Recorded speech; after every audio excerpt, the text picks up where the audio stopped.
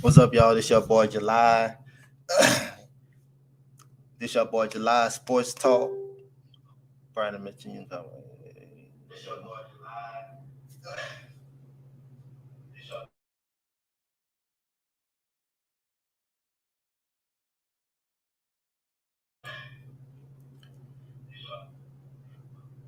What's up, Jordan?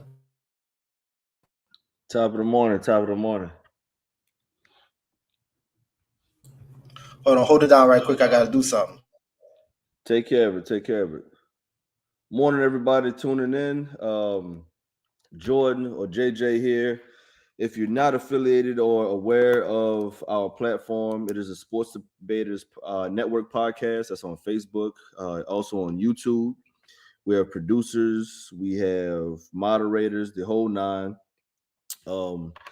But make sure you like the Facebook page as well. Be a part of the Facebook page. We have special guest hosts. We have special guests to come on as well. We have different segments, different things that they're continuing to add to the show and to the network. So I would advise if you have Facebook, type in the Sports Debaters. The group Avi changes from time to time, but right now we have around 3,000 members. Feel free to be part of it. The topics range from tennis to baseball to basketball, Olympics. We even have people that's following, if I'm not mistaken, what I saw some posts about UFC fights, boxing, the whole nine. I mean, everything and anything sports related. For you to be able to comment on and chime in on. We have legacy segment talks. We have all kind of different discussions that we can cover and that we do cover, and we want more and everybody to be a part of it. So on the YouTube channel, it's the Sports Debaters Network podcast. On Facebook, it is the Sports Debaters, around 3,000 members. So make sure you subscribe to the YouTube channel and make sure you add yourself to the Facebook page to be part of these discussions. If you want to be a panelist from time to time, come on as a special guest, what have you. It is open to any and everyone. It is not exclusive to only the individuals that jump on the podcast. We welcome any and everybody to jump on, share their takes, share their input, share their opinions, and just have a debate. Healthy, intense, controversial debates is what we welcome. But we've been going at this now for a few years now. I'm new to the game. I'm new to the crew. And July, as well as Brandon Wilkinson, as the rest of the staff, has been holding this down for quite some time now. So make sure you guys subscribe to the YouTube channel, add yourself to the Facebook page, be a part of the discussions, and enjoy yourself and have some fun.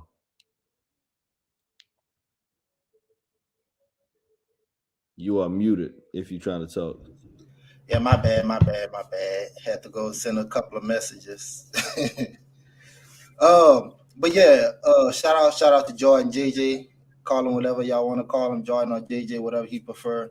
But we're gonna jump right into it, man. We're gonna talk about it's Harden an all-star right now. The reason I brought this up because Blake Darlin had asked this in the group. We have a lot of mixed feelings. I know how I feel, Jordan. I don't think I got your opinion on this. So what do you think? Is James Harden an all-star right now? So I didn't know that we were starting with that. So what I'm gonna do is, well, right before I answer, I want to go to a certain post that one of the admins actually posted in the group. Somebody that's been ghost for a while. He popped his head back up, but I know he take care of family stuff. And that is Mr. Brandon Wilkinson. He made a post. I want to just read the headline. Where is it? Where is it? Where is it? I should have had this ready. It basically stated, "Whoa, what's good, Coach? You Hold better on, not hold be on. hung up." Hey, hold on. Hey, if y'all a Facebook user and y'all watching the stream on Facebook, allow Facebook to access to your stream yard. So when y'all make a comment, we could I could post it on the group, but see, just say Facebook user. So y'all let Facebook user Facebook access to let StreamYard access to your Facebook so your picture will show up whenever you make a comment. All right, go ahead, Jordan. Um, so, Coach, you better not be hung over there either. Just a little bit. Don't worry about it. But basically, I can't find it right now. I'm gonna find it. But basically, it was the brought up about Trey Young adjusting and his impact and his adjustments to the recent rule change.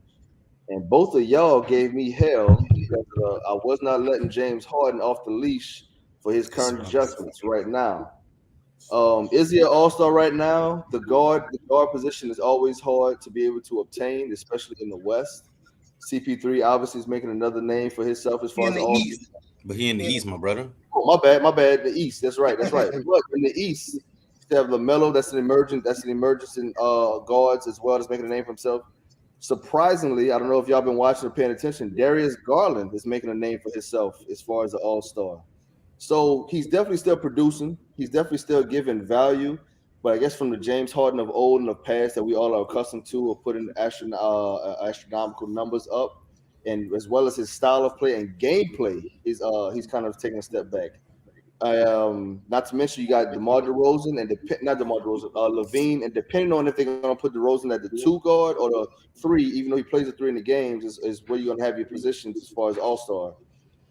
Uh, right now, I would say yeah, but it's very easy for him to be taken out of the discussion as well as far as All Star is concerned, in my opinion. what you think, Coach? Is Harden an All Star this year?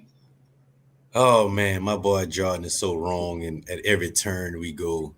Uh, of course, James Harden is an All Star, and let's just back up.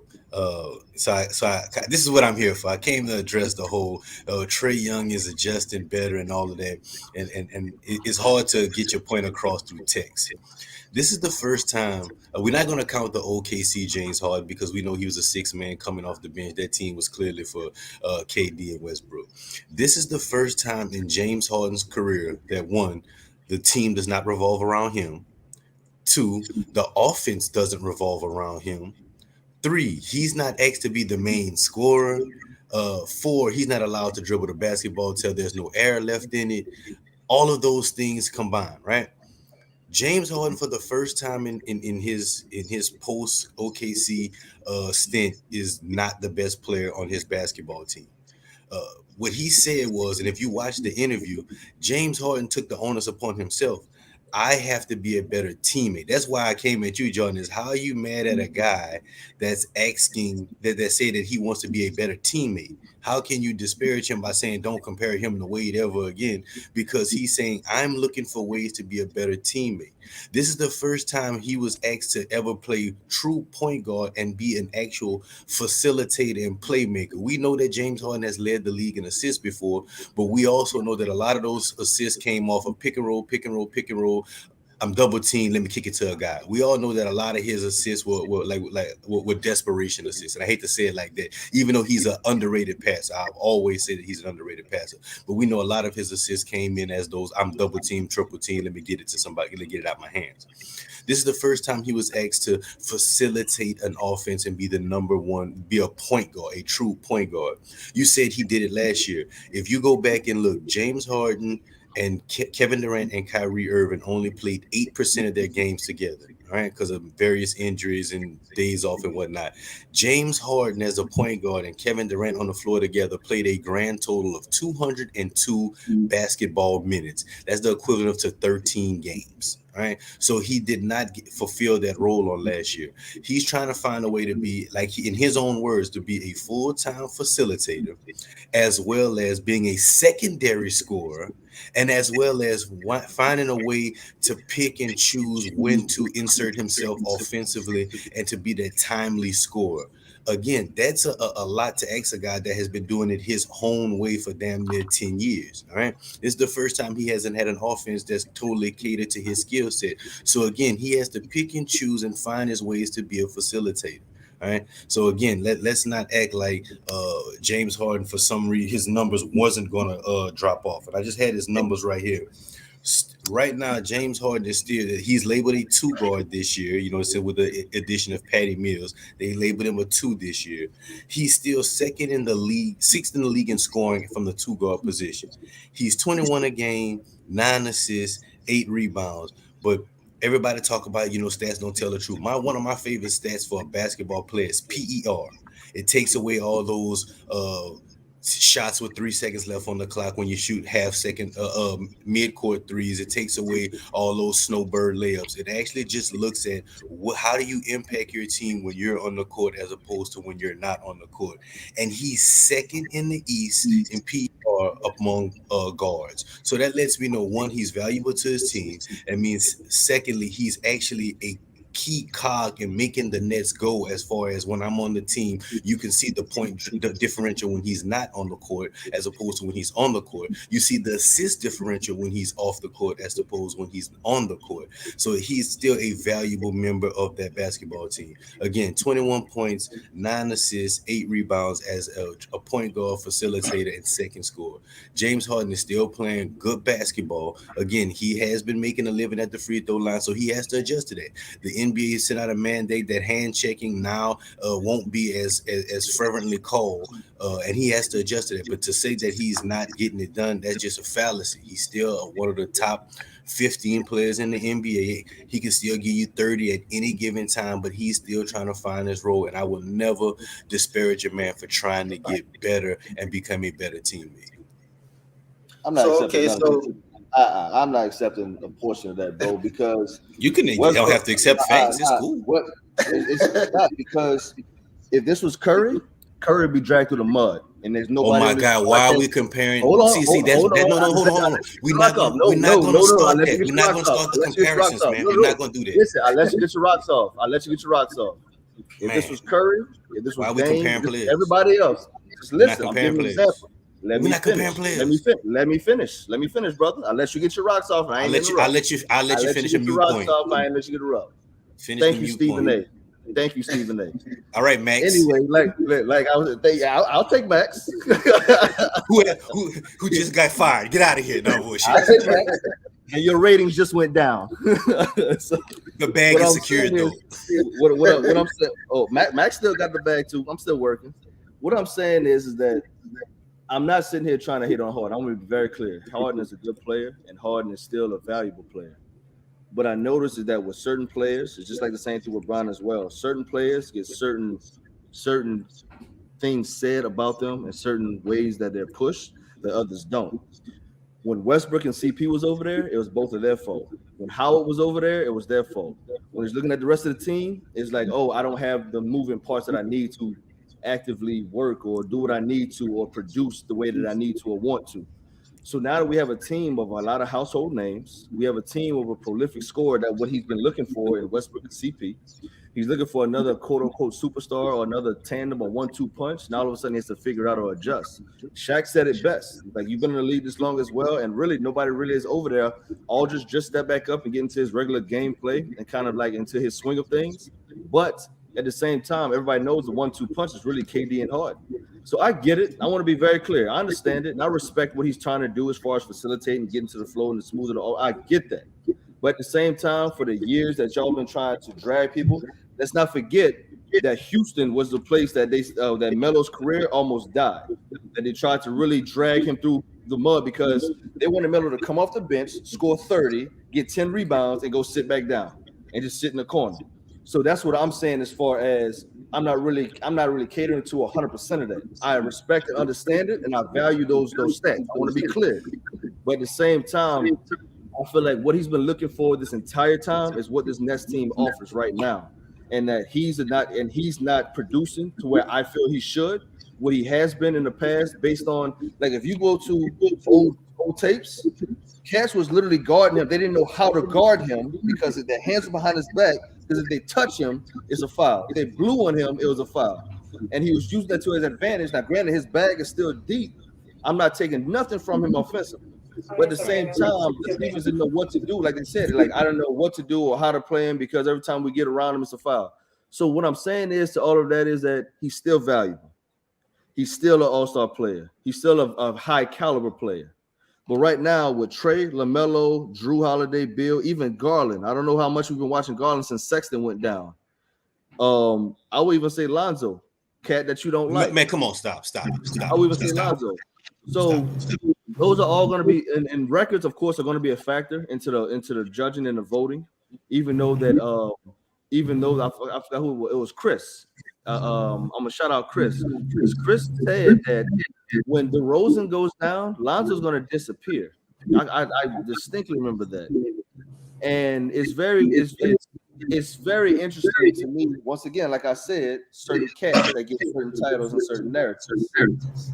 So to give you your rebuttal back, what I'm saying is that Harden has a team he's been wanting in Houston for all those years he was there. He has a scorer and a teammate he's been wanting in Kevin Durant for all those years that he was there.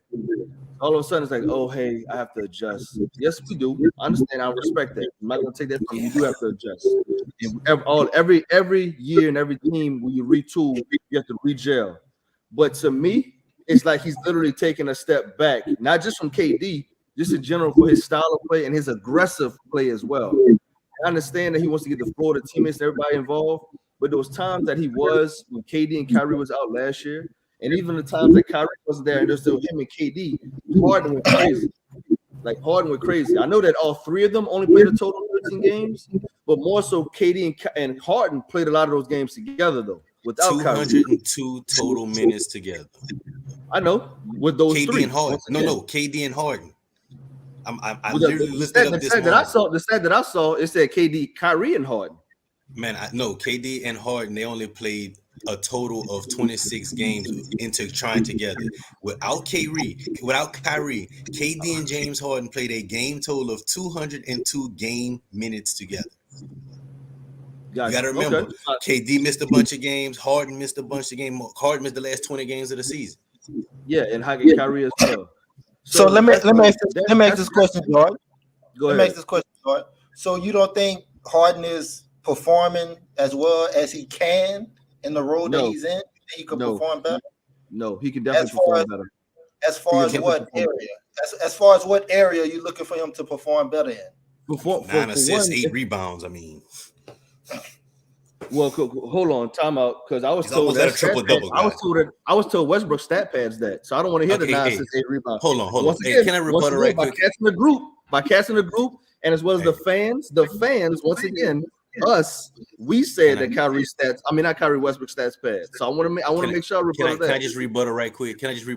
Since you, hey man, listen.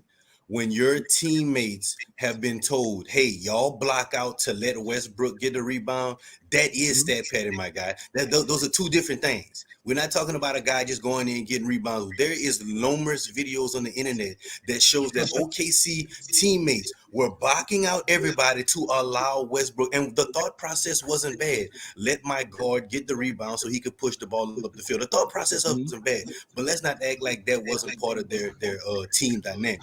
Secondly, let me go back to what you're talking about Harden in Houston. Have we all said that Westbrook does not play winning basketball? Haven't we said that throughout his career? Westbrook does not play winning basketball. So why are we getting mad at Harden that when Westbrook gets there, it doesn't work out? He doesn't play winning basketball. So of course that dynamic wouldn't work. Because Harden Harden was the one that sent the floor general who took Phoenix to the finals last year and who has them as the second best record in the league. He sent the floor general to OKC for Westbrook. Okay, but hold on. Let's back that up. Why did he send him? Nope. You haven't revisionist history. Why did he send him out? Because 2 years in a row, when James Harden needed CP3 the most, he was injured. Let's not act like that didn't happen. Let's not act like they weren't up on the Golden State Warriors and CP3 hurt his hamstring. Let's not have revisionist history. He didn't send him out because he didn't like his style of play. He didn't send him out because he got him for a younger body. I know Westbrook. I played with him. I think this thing could work. Let me get away from CP3. He's old. When I need him the most, he's not healthy. We've had that knock on CP3 for half of his career. When the chips came down to even to last year NBA Finals, didn't CP3 get hurt in the NBA Finals? Didn't he have that shoulder injury in the middle of the NBA Finals? That has been CP3's MO. He's a great player. He's a top 5 point guard of all time. But when it comes down to it at the end of the season, for some reason, I think it's because he went vegan, all his body breaks down. So So again, what happens? let's not act like So that. what happens when Kawhi got hurt against the Spurs and with the Rockets when Harden showed up and he was healthy? What happened when KD was hurt when Chris Paul was there healthy and Harden was there playing as well? So once again I love how it followed on CP. Once again, I love how it's falling on CP. All of a sudden, Harden gets that pass. Hold on, wait, So no. Harden doesn't get a pass. Harden has no, had flames in the play. every time, I just not dog, said every Harden time. doesn't get a player. He doesn't get a pass. But See, you keep listening to people that only watch box scores and highlights. We're talking about facts here. I'm not talking about the opinions of people that only watch box scores. We're having a nuanced discussion. We're having a nuanced discussion about this, right? Right. I am talking. See, James Harden has numerous playoff failures. I'm not absolving him of that at all.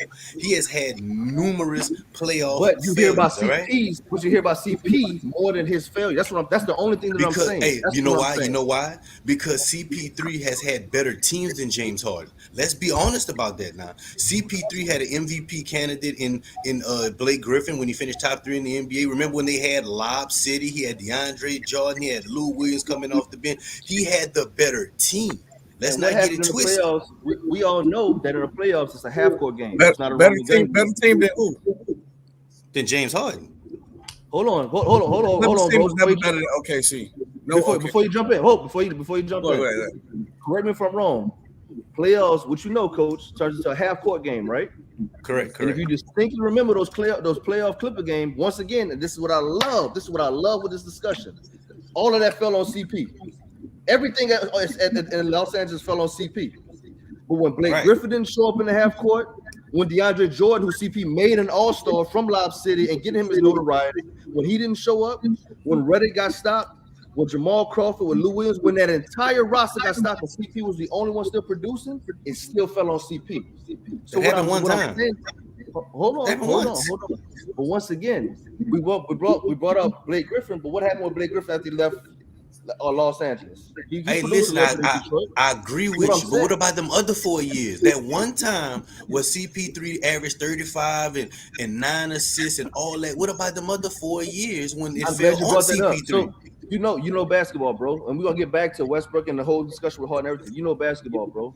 And if you look at that Los Angeles Clippers roster, who on that roster can produce their own shot without CP giving them the ball or setting them up? Explain to me that. Lou Williams and Jamal Crawford. Okay, glad you said that. Has Jamal Crawford and Lou Williams been able to produce enough to put out the same output as Clay and Steph when they have played as well? And other players. Oh man, so you're gonna compare 6 men of the year to two of the greatest shooters the NBA has ever seen? No, your comparison game is trash, bro. What I'm saying. Both of these dudes have won 6 men of the year. That's what they do. They're 6 men. You're comparing these guys to the greatest backcourt shooting of all time. You're proving my point, but you're proving my point, bro. What I'm saying is that 2 6 men, which you have, this is what CP had to work with as far as the starting roster as well, with Matt Barnes starting, who on his roster could get their own bucket without CP setting it up. And but also those individuals. That's my job as a point guard. That's my job as a point guard, to set you up. So, what happened when Blake Griffin was Lob City and CP3 was on the bench with a bad tailbone? What about the year before that when CP3 had the knee injury in the playoffs? What about the year before that when it was the hand and the shoulder? That's what I'm not putting it all on CP3. Again, I'm not one of these mediocre fair weather fans. I know injuries are a part of the game. I know a lot of things which Chris Paul has fallen short. Either one, he hasn't had the better team, or two, his body just broke down. It is what it is. I'm not heaping everything on Chris Paul, just like I'm not going to heap everything on James Harden. I'm a realist. I'm a sports fan when I see this. But let's not act like James Harden is just this bad guy that he's had tons of talent around him and he's always come up short. No, he's come up short on his own volition. But let's not act like he's not a top player that's getting it done. That's my whole thing. Never said he wasn't. But with what he was doing in Houston, did not translate over with KD, because once again, me being he's not going to do that in Brooklyn, man. With Kurt, me being a Curry fan, how easy was that transition? How easy was that transition when KD walked over there? But no, that's what I'm saying, bro. You comparing James Harden to the second greatest point guard of all time, son. Steph Curry is a quintessential point guard. He's unselfish. He's never been in a system where he was the ball, the offense flowed through him. Mike D'Antoni kind of corrupted James Harden. If you go back to those OKC days, the best lineup they had is when James Harden played the 1, Russell Westbrook played the 2, Kevin Durant played the 3. He was the facilitator, ball handler. When he got to Dan Antoni, and Dan Antoni said, everything's going to run through you. I want you to get 30 shots a game. I want you to push the ball. You take every shot you want. And I do that for several years. You don't think that's gonna change my mindset on being a team player? If I know everything is going through me, you're paying me $200 million to take 30 shots a game, and now I have to go with the best basketball on the planet. I have to retool my whole game. I have to retool my thinking that I've had over the better part of a decade. That's the only thing that's going on with James Harden right now. He has to. And guess what? They're still the number 1 team in the East. They're still going to be the team to beat. And once everything gets settled, and once he gets comfortable in that role, that is my pick to win the NBA Finals. SB, hop. Hold on, let my dog SB hop up in this. It was a lot to take in. First, with the Westbrook now being the winning player, that's cap. With the what has he won? How was he? You said because of triple double, he don't play winning basketball. Every team he don't. No. I didn't say because of the triple double. I just said in general he doesn't play. I know in general. I love his heart. I love his effort. Okay. But in the fourth quarter, he's going to give you 5 turnovers. He's going to shoot a 3 with 27 seconds left on the clock, and without passing the ball, he doesn't play winning basketball. That every team Westbrook goes to and has went to, they either been winning and their production has goes up every time. The stats show that. He just took a Washington losing the first round. It don't matter. He changed the Washington Wizards. That's more than the Pelicans have been through. That's more than the Pelicans have been through. He took the Washington Wizards. We ain't gonna talk about the Pelicans. The Washington Wizards has not made the playoff. Westbrook went to the Wizards, made them make the playoffs and after triple double without stat padding, which I want to keep saying. People let them get rebound. You can't stat pad, bro. Bring up the video, and win. You can't stat pad and win at the same time. I'm sorry. Stop it. And then hold on. The fact shows that he had a higher winning percentage with his stats, his numbers. Bro. Then on top of that, if the other argue with the numbers, bro. If the other team knows, so I'm blaming the other team as well. So, coach, if you play on another team and you know that he's chasing a triple double and you allow that to happen, I blame the other team. Period. 100%. So listen. Let me show you how. See, y'all talk about the game, but you be trying to play like you don't know the game. You really think in the middle of January, the Minnesota Timberwolves care if he gets a triple double? You think in the February on the second of a back-to-back, the New York Knicks give a damn if he gets a triple double? Yes. Come on, man. You know how the NBA works, man. They don't care if you get numbers. Wait. Damn if you're getting 50. Hold on, let me say this. As long as they get the double, they don't care. So all us play basketball, right? Before. So we're going to get on the court and say, yeah, I was just going to let bro score 30. Nobody says that. But on top of that, if we have all these close games, all these close games, all these early close games in the beginning of the season, why are they fighting so hard to win those games rather than be like, you know what, bro? I mean, it's January, man. Let them go ahead and get it. I'm gonna go ahead. From 2004 to 2008, what was the book on Kobe Bryant? What did everybody say? From 2004 to 2008, what did they say about Kobe Bryant? He's not gonna pass. Let Kobe get his, and we'll win the game. Correct? Let Kobe shoot all the shots. But you wasn't beating the Thunder though like that. Westbrook was doing everything until you got to the playoffs. He was 41-4. He got in the playoffs at 500. He was an 8 seed. Context of the story though. No, they was saying that because you can't stop Kobe. They're still gonna lose. Because if somebody else get Kobe a little bit more productive, will win. So you're not saying does it matter? No, it didn't matter what the byproduct was. It was let him get him. Everything. What do you mean? Let him get him, and we'll live with the results. Let Kobe shoot that bitch 60 times. If you make it, fuck it, we'll live with those results. He gonna shoot him out. That's the same thing they did with Westbrook, and that's the same thing they say with Westbrook. Let Westbrook get him. Let him do his thing. Nope. And what happens when it came down to winning? Y'all, okay, all right. He was a great regular season player. What happens when it came down to playoff basketball? So playoff when he had Paul George. when he had Paul George. Paul when George he had an MVP year. Carmelo. Paul George had an MVP year. And what happened when it came down to the playoffs? So wait, the playoffs. So the playoffs is the end all be off you. So that means you don't regular. That's when you win, right? No, I'm saying that's when you win, right? Oh wait. So we're not talking about. I said winning basketball. So regular season MVPs, coach of the year, 6 million don't mean nothing to you because it happened in the regular season. So only thing is the end all playoffs for you, then, right? If that's what you heard me say, run that's with what it. You I said. No, that's not what I said. I said winning basketball as in far as playoff basketball. So you're not gonna play word gymnastics. You're not gonna play word gymnastics. You only can win in the playoffs. You only can be a winning player in the playoffs. That's what the Larry O'Brien Trophy is won at the last I checked. Let me check. None of your accountants are doing regular season. Don't mean nothing. I'm just asking you. I'm saying from your perspective. Ask LeBron. He's won a bunch of MVPs and didn't win the finals that year. Ask him if he'd trade him in. LeBron's not a winning player. So would Charles Barkley trade in his regular season MVP for a ring?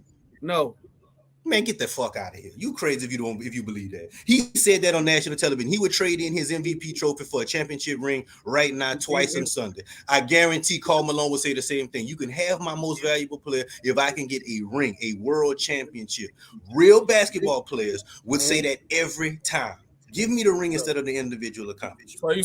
So he said Charles Barkley would be cool. Would rather be a Robert Horry than Charles Barkley. That's what you're saying. Did I say that? Again, why are you trying to play word gymnastics, man? No, you saying word gymnastics. I said a championship. I didn't say sit on the bench for a championship. I said a championship instead of Robert Horry was a key role player. I guess Dame don't want to ring. He's not a real basketball player. Dame, I guess that's what I said. If that's what you heard, bro, Dame out of this, man. Hey, but real talk. Hey, can Russell Westbrook be the point guard on a championship team? That's what I think winning basketball is. Can he be a point guard on a championship team? Yes. Hell nah. Yeah.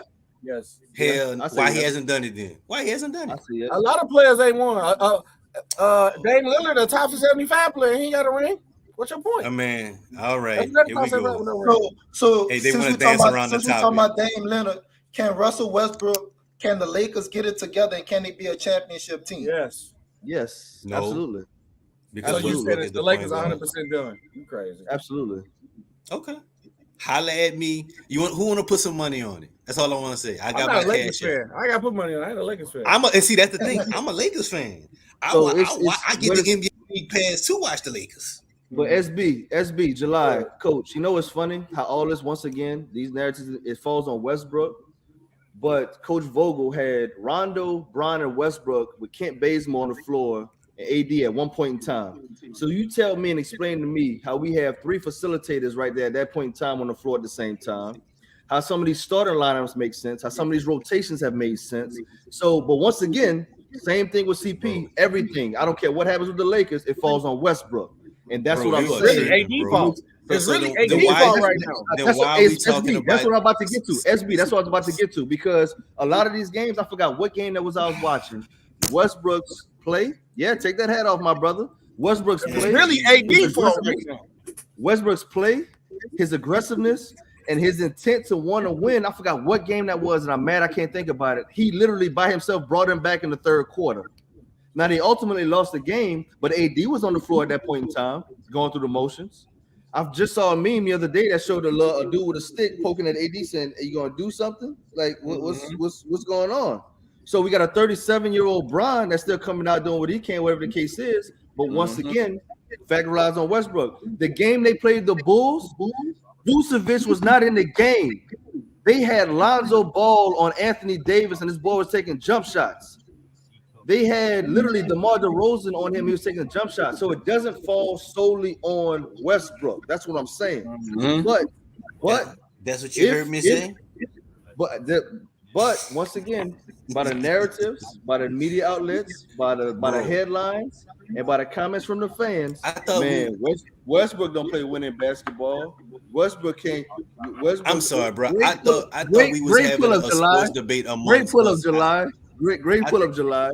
Bro, I thought we was having a sports debate. Why we keep referring to the media and fans? I thought our job was to talk about. You know what? I'm glad because you keep talking about. I'm glad. I don't listen to that. You filling me in because I don't listen to that shit. Because the reason why the fans, the media, almost killed Melo's career. Literally, the No, fans that's and not media. what killed Melo's career. Yeah, the That's not what man, killed whole Melo's career. man, the fans and media almost killed Melo's career because they wanted Buddy You to believe stand that? in the corner. I 100% believe that.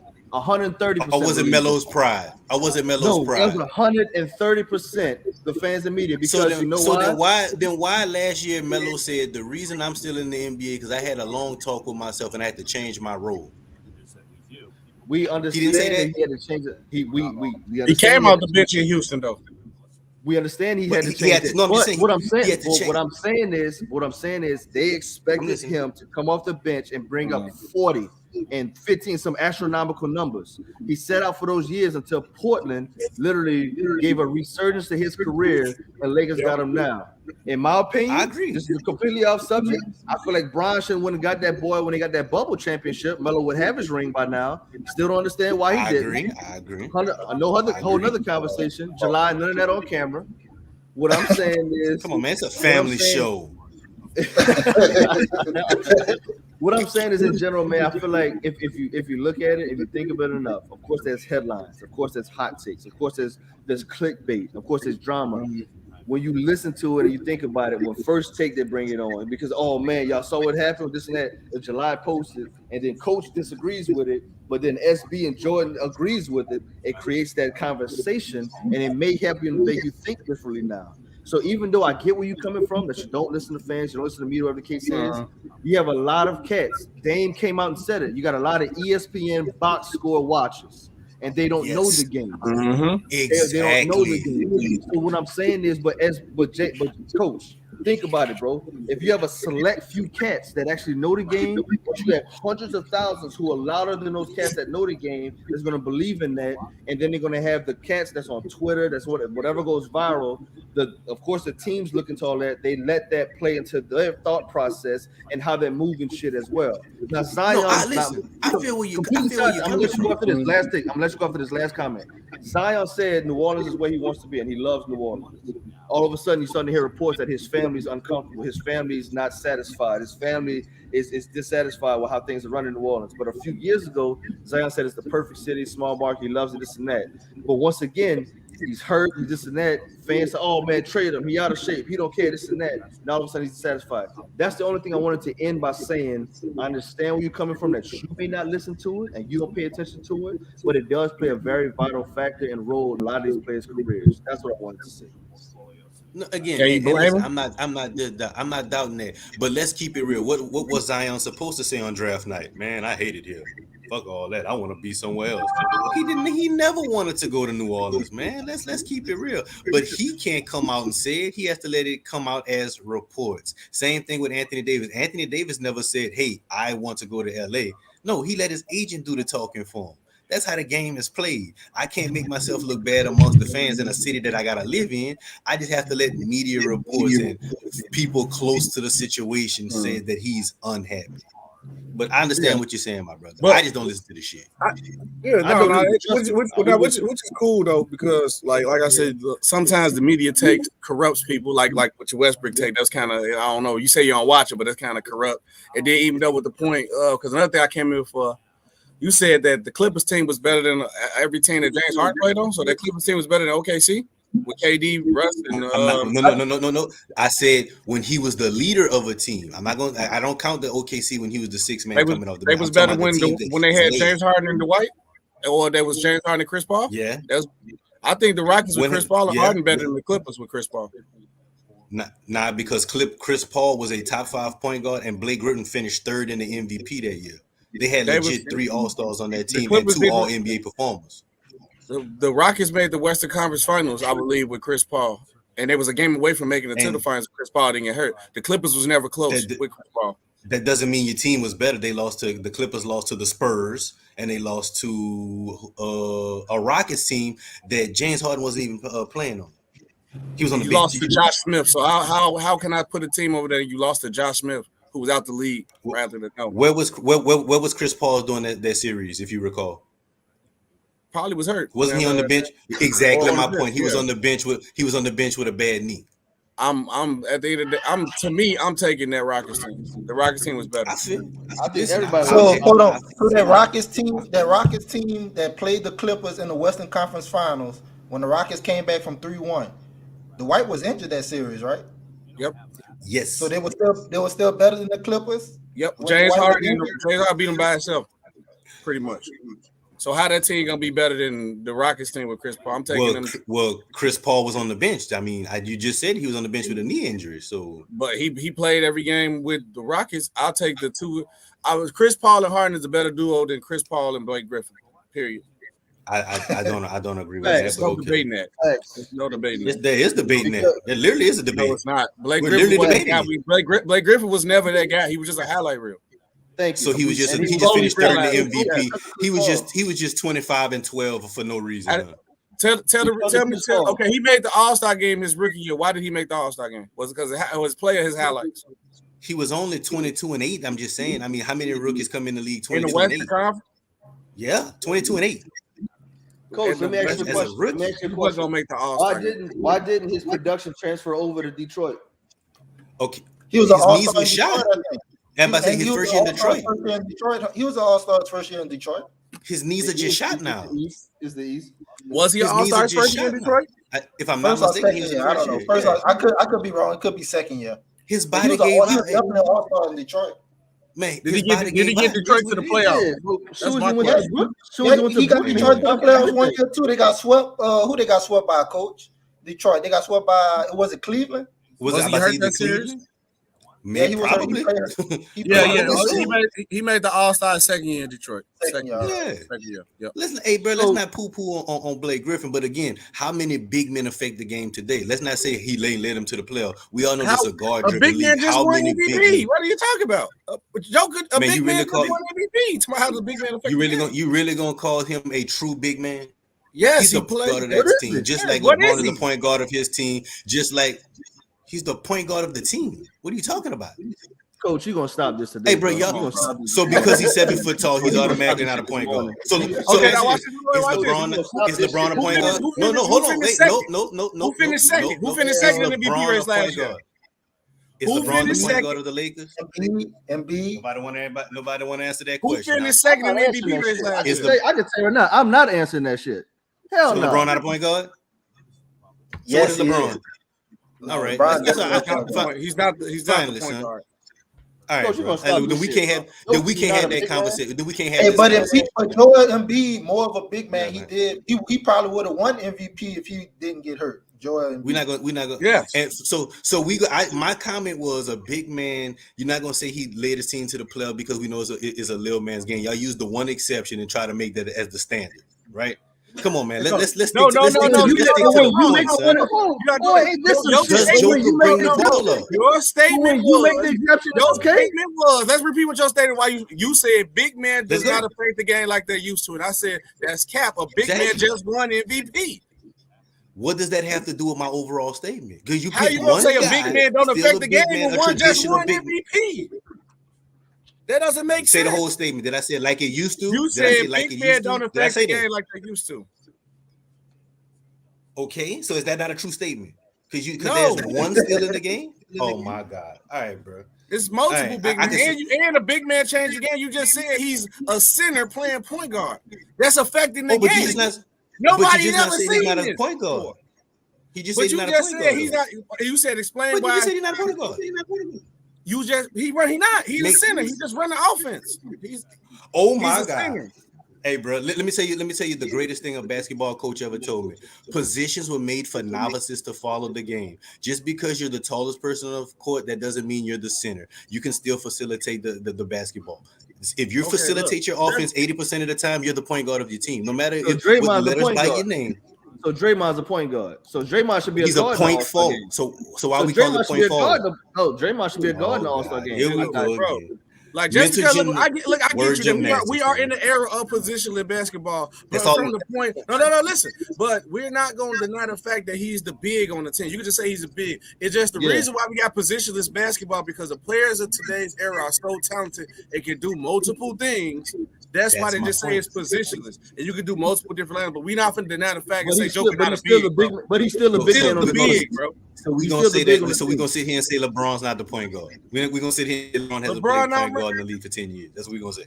He's not been a point guard his whole career. So LeBron been a point guard his whole career. I saw SF when I draft Bron. Who they be facilitates saying the No, offense? it's not even that point. So you telling me with a straight face, LeBron played point guard his whole career? Who facilitates the offense? Answer that question for He me. had And multiple I'll point stop guards that talking. facilitate the offense with him. That's not what I asked you. That's not what I asked you. Who facilitates every offense LeBron has ever played in? You said who facilitate? Okay, when he was with Cleveland, if he didn't post it, we can say Mo. You can say Rondo. So Mo facilitated the offense. That's what you telling me. Yes, he did. Sometimes he did. Yes. Sometimes he did. Yes. Can you put a percentage on it? How much percentage would you say Mo facilitated offense? Realistically, probably like 25?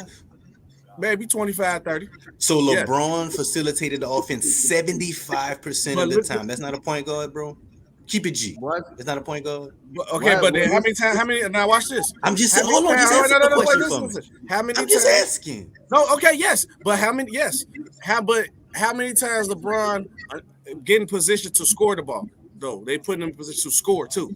No. I'm not disagreeing that he doesn't. So you can't play both. He's 100% of the he's time. Bron, though. But at 75% of the time, you're the point guard of the team, bro. At 75% of the facilitation, you're the point guard of the team. With that situation, now what happened with the Heat? What happened with the Heat with D Wade then? Who facilitated the offense, bro? Him and Wade. That's 75%. That was more 50-50. That was more 50-50. For those 4 LeBron years, has to be the scorer. But out of those 17, so we're saying out of 17 years of his illustrious career, 4 times he was 50-50 facilitated. So why is AI not a shooting guard and a point guard, but he's like switching off both of them? Nah, AI is a shooting guard. AI is a shooting guard. AI is a shooting guard. He's been pushed to be a point guard. But LeBron scored just like AI. Facilitate. Look, He facilitated the team. He scored like you said. That's my point. Like you just said. Exactly. No. AI remember that shit I just said a little while ago about certain players get certain taglines and shit. This is that example. Your name is Coach. Your name is Coach. Your name Coach. So I obviously admit you probably coach and all that. But you know, just because the offense is ran through you, don't mean necessarily you the point guard every time. LeBron was just the system, dog. The system was built around LeBron. No. And the system was built to offense heighten flows his through skills. you doesn't make you a point guard. But if you facilitate that offense, that makes you the point guard. The offense was played through Allen Iverson. The offense was played through Kobe Bryant. The offense was played through Michael Jordan. That didn't make them the point guard. But if you facilitate the offense 75% of the time, that makes you the point guard. Hey, July, when AI went to Denver, what position did he play? Shooting guard. The point guard. It was either Anthony Carter, Steve Blake. No, Anthony Carter. Andre Miller. They traded Andre Miller for Iverson. But they traded Andre Miller. Iverson was a straight up shooting guard in Denver. Like that, he was the shooting guard in Denver. Like his first couple years, he was the point guard, and it worked. Then they went to go get like Anthony Carter. He was definitely point guard. He was definitely point guard. He started. Okay, so I got a question for you, Coach. Did because Lonzo Ball right now doesn't like take the load off of it. He's facilitating, runs the offense. So is Lonzo Ball a point guard or not? Yes, he is. He's a point guard. But he's not having the ball for 75% of the time, though. Yes, he does. He facilitates the offense. He just gets off it very, very quick. He gets him in. My job, my description of a facilitator: conducts the traffic, gets guys into the offense, set shit up. Even if you get the ball off your hand, if you put everybody in position, get the ball out your hand and go stand in the corner, you facilitated the offense. You started the set. You got them going into whatever set we was running, whatever motion off, whatever it is. You set that shit up. Whether you getting it off your hands or not, you set it up. Okay, if we go by that logic, then yes, I will agree that LeBron is the point guard. Okay, that's why I had to make. That's all I'm saying. That's all I'm saying, bro. Okay, I agree with you on that. Yeah, I'm not agreeing with that shit. I already told you. But we SB, I want to get your answer right quick. Is James Harden an all-star right now this year?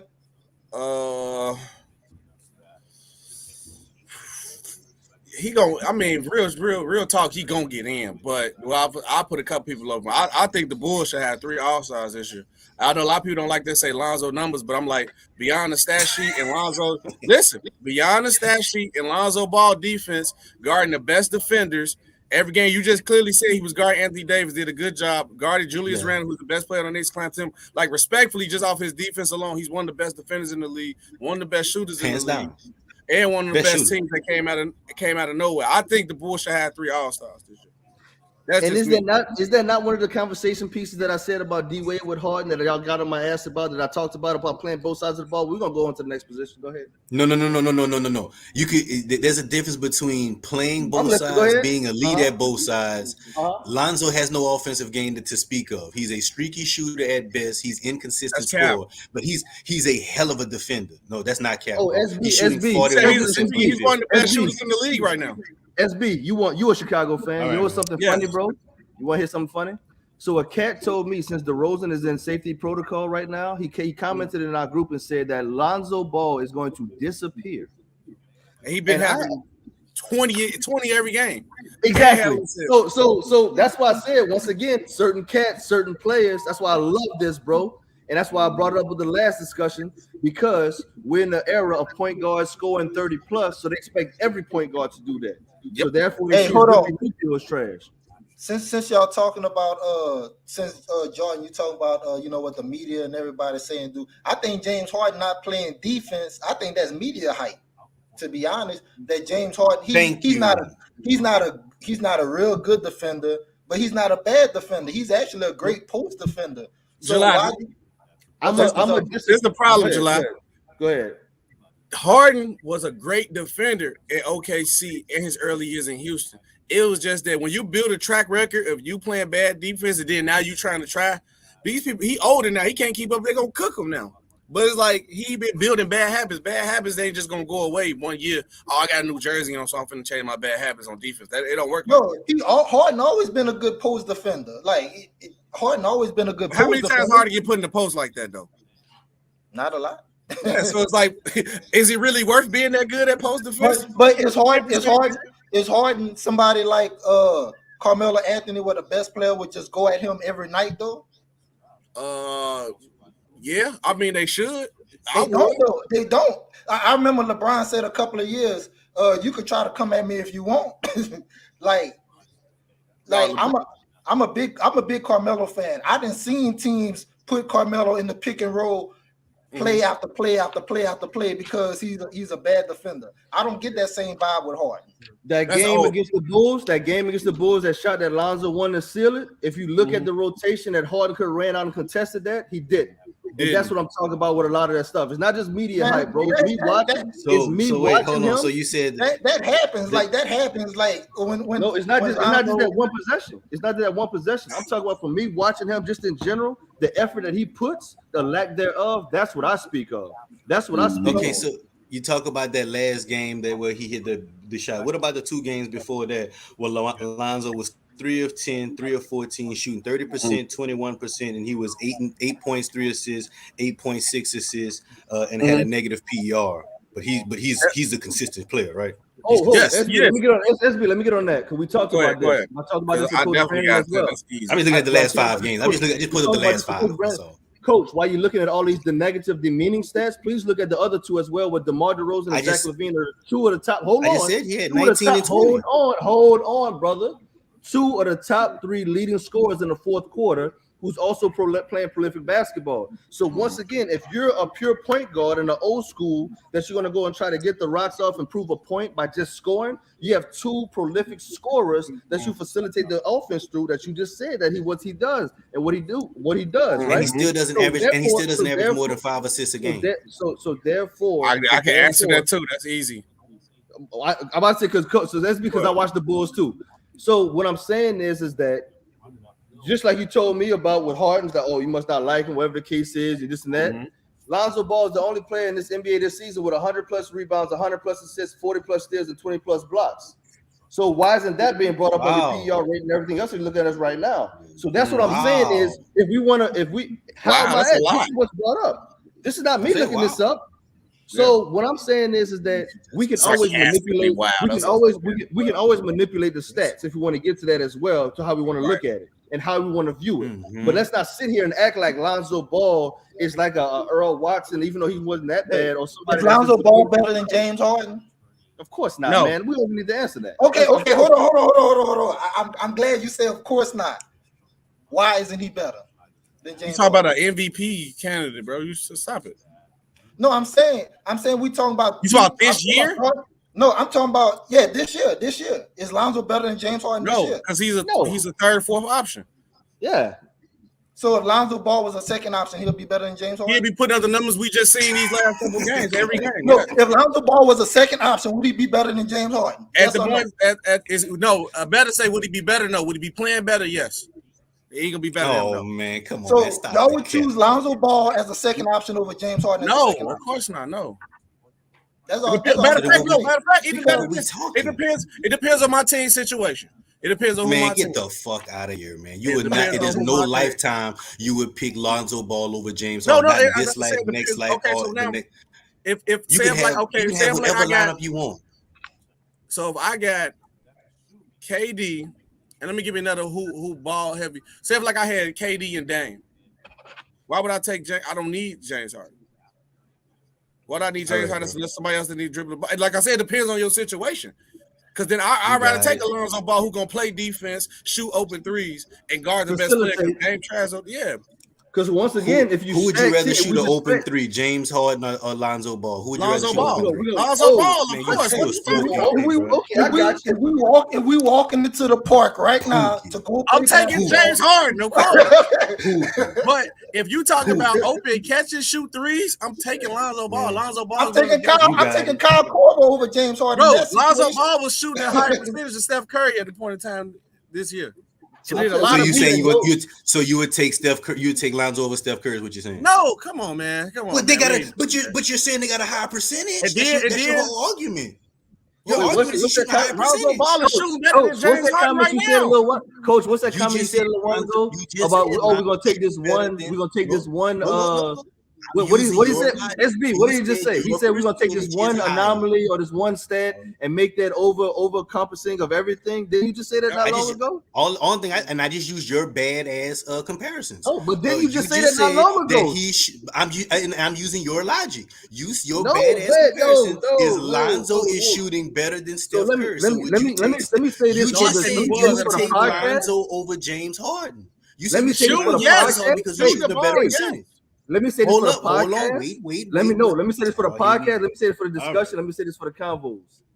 When we have these disagreements or we have certain takes with certain players, it's not cookie cutter to where you're going to insert this player into this situation and it's automatically successful. Just like SB just said, depending on the rest of my squad, I'm not going to pair Harden with a Dame and a KD if they both are prolific scorers.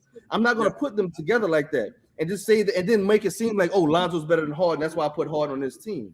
No, that's not what he's saying. That's not what I'm saying. That's not. All right, now that you went through that whole diatribe, that wasn't. I want to make sure. No, I want to make sure that you understand that for future references. The reason I asked that, you're talking about something. No, you're talking about something that we wasn't even discussing. The discussion was I'm talking about in general. James Harden. No, we're not talking about in general. We're not talking about in general. We're talking specifically. Because stuff that I would say would be saying, oh, so you're saying that he shoots better than Steph. So you're saying that he's a better. That's what I'm saying for in general, for future reference. But no, it's not a general. But we're not talking a general subject. We talk specifically. You said you would take James Harden in that situation. I mean, Lonzo Ball in a catch and shoot situation because he has a better shooting percentage than James Harden. That's all I'm talking about. He's a better shooter. But a same token, he's not a better shooter than James Harden. Yes, by the same token, he has a higher 3-point percentage than Steph Curry. Would you then take him over Steph Curry? That was a question. That's not an assumption. I don't think it's higher than him now, but I'm saying at the point of the season he's not higher than Steph now. So again, would you have taken him above Steph? No. So you won't take him above Steph, even though his percentage is high, but you'll take him over James Harden because his percentage is high. You see how that logic doesn't go? No, watch this. You're not saying the full context. So first of all, you said catch and shoot. If we talk about shot creating, I'm taking Harden always. But in catch and shoot situations, I'm taking Lonzo Ball. And then this is about catch and shoot. No, listen. And then there's nothing you're not putting in context. Lonzo Ball and Steph Curry is one of the top shooters in the league, and they're shooting half 40. James Harden is shooting 33% from three. That's a whole 10% off from what these guys talking about. Like, I'm not finna take nobody who's shooting 30% over guys who's shooting in the 40s, close to 50% range from threes. Those are the elite shooters. James Harden is not an elite shooter. He's an elite shot maker. How many times we just seen James Harden just score off catch and shoot? 80% of his points is off the dribble. Hey, I was just asking a question: who was better, James Harden or Lonzo Ball? Because What Jordan was talking about, play both sides of the ball. I always thought offense, great offense gonna beat great defense, and I just think yes, great offense beats great defense. It does, Like, but that doesn't. Are you taking Dennis Rodman or are you taking Charles Barkley? Depends on the situation of my team. Who is the better player, Dennis Rodman or Charles Barkley? It's a yes or no question. Who is the better player, Dennis Rodman or Charles Barkley? I mean, Charles Barkley. Charles Barkley. Well, yeah, but I'm just saying. I'm not just gonna pick Charles Barkley, because what if we don't have no good center that's good at interior defense, and I don't need scoring? So why the hell would I pick Charles Barkley? That's what I think they're missing. That's what I think y'all are missing when y'all are making these comparisons and try to take stuff out of context. I don't care if I had Will Chamberlain, Shaquille O'Neal. I'm taking the greatest players of all time. When we listen to greatest players of all time, I'm not thinking who's better in what situation. I'm thinking who I think is the better player. I'm thinking period. I'm thinking who I think is the better player. It's not who I agree. I agree 100%. I agree 100% with that. But when you ask us questions like if you're taking them on your team, then the whole answer changes. I didn't ask that question though. I asked who's the better player. You did just say that though. I'm about to say that's what the question was asked. Like, oh, if you need I didn't say a team. I said yes or no. I said yes or no. Who is a better player, Charles Barkley or Dennis Rodman? Now ask this question. When it came to winning basketball, who was more valuable to their team? When it came to winning basketball? Yes, who was winning? Who's more valuable? I mean, it wasn't about that one. He played his role. How is it so easily to take a dude over here, but when it came to winning or playing your role, what you need you to do to get the job? I mean, Dennis Rodman wasn't asked. Dennis Rodman wasn't asked to do what Charles Barkley was asked to do. Exactly. I mean, thank you. Come on, man. I mean, so you're saying you're gonna take Robert Horry over Charles Barkley too?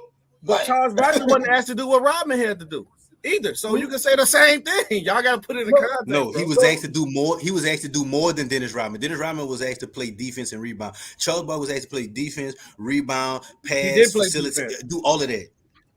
He was asked to do all of that. Didn't facilitate or play defense. Hold on, Charles Barkley MVP. He had like 5 assists.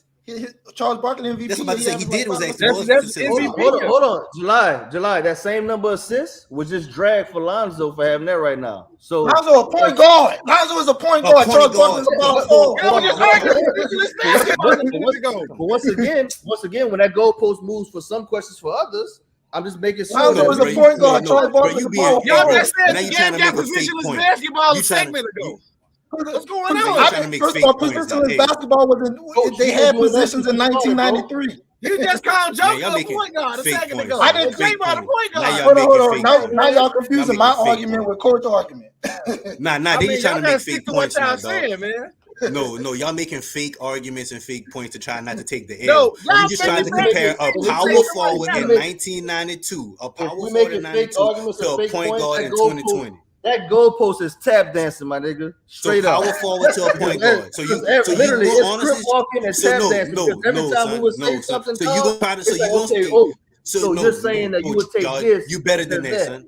So you're honestly telling me you don't know basketball then. If you go compare a power forward's assist number in 1993 to a point guard's assist number in 2021, you think that's a valid argument, then you're forcing me to say you don't know basketball. If you want to say that's a valid argument, you don't know basketball. The point of me saying it was being facetious is saying that when we're devaluing the players, I know. You see how that works, though, bro. But you see how that works, though. I know sarcasm. I want you to see how that works, my dog. I want you to see how that works, my dog, because it's very easy. The same argument, though. It's very easy for me to look at stats and manipulate it to the way that I wanted to. It's very easy because we see it so. Yes, it is. No, it wasn't. We see it so many times to where they have certain categories for Bron over Jordan, and then certain categories for Jordan over Bron, and then Kobe over Jordan, and then Jordan over Kobe. And like it's very easy to manipulate. There you go listen to the sideline people again. I'm not saying listening to them, but I'm saying is using stats to manipulate certain. Because they look. This is another thing I can say. With your point of your argument, you said about you try to compare power forward to a point guard. I guarantee you compare the usage rate for Lonzo Ball to Charles Barkley. That time I bet Charles Barkley probably doubling his usage rate. Had more opportunities with the ball than Lonzo. So you tell me you told me his job was the ball ran through him. Score. You told him did I not facilitate, score, and rebound, right? And play defense. So he probably got double the usage rate, and he got to facilitate scoring, so he had more opportunity to score, facilitate than Lonzo Ball has, and their assist numbers the same. And a lot of people What say does Lonzo one don't. have to They do say, with the oh, other Lonzo when we're don't already stand in the defined? No, hold on. But wait. But what does that have to do when I already clearly defined what facilitation of an offense means? That has nothing to do with usage rate. So that argument is null and void. How what you mean? Usage rate is what your usage of the team, and if the offense is ran through you, you have more opportunities to like you just said, buff your stats. I already say, put stuff no. stats in there. Did I already not just say that just because the offense runs through you doesn't mean you're the facilitator of the offense? Didn't we already clear that the offense ran through Kobe and Jordan? They wasn't the facilitators of the offense, correct? No, you said Charles Barkley's job was the highest usage rate. Oh, I said that was part of his job, and that was in comparison to Dennis Rodman. Charles Barkley also played with an all-star point guard named Kevin Johnson, who also facilitated offense. Let's not act like that's not a part of that equation. No, for sure. That's not equal, right? But it's a good argument. I feel where you're coming from. I'm just saying, attention to the narrative is the overall of this. I'm not trying to just mix and match that. That's why I said we ain't got to play that game. We just talking basketball. Yeah. Hey, I got top 15 players under the age of 25. No, we're gonna need different. No, it's not just top 15 players. We're gonna need top 15 players of PER usage, for ball usage, for assists. We need top PER usage for 3-pointers, for man, why y'all can't keep it simple, man? Keep it simple. Hey, bro. From what I'm learning, bro, I want to make sure when they can't hold the L, they take the. Hey, no, hey man, when people can't take the L, they just go at ancillary stats. I want to be clear. I can hold my L, and I've been wrong before. I want to be clear. I just want to know how I can adjust to the sake of the conversation. So July, I may need to redo my top 15, brother. You doing? They just gonna ask you because I think I got to get 5 more for a top facilitating a point forward big man who's a point guard usage. And then I gotta get another one who another top. Do we have insurance on this podcast? Or 5 usage. So that's why that's the only thing I'm saying. No, when you officially get a list, before we officially get a list, that's the only thing I'm saying. Bro. When they beat, bro. When you beat that point, they just gonna ask you, who should I put on my team? This or this person? Yeah. And then they're gonna ask you talking a top 50, 100 player who's better. You know what I'm saying? I just want to know, brother. Would you take Luka or Larry Bird on your team? Which one? Who you want? I don't want to know. Hey, bro, John, you okay? I'm asking tonight if we have workman's comp, because all that reaching you're doing, I don't want you to pull a muscle. You want to know how? You want to know how I know we have workman's comp, brother? You want to know how I know for a fact July does have insurance and workman's comp? Because my brother, you've been picking up that goalpost and spinning around with it, slide to the left. I'm picking up the goalpost, but you compare the power forward to a point guard. So that's what I'm saying. I moved the goalpost, but you compare the power forward to a point guard. Good job. You're good. I moved the goalpost. You're right. I moved.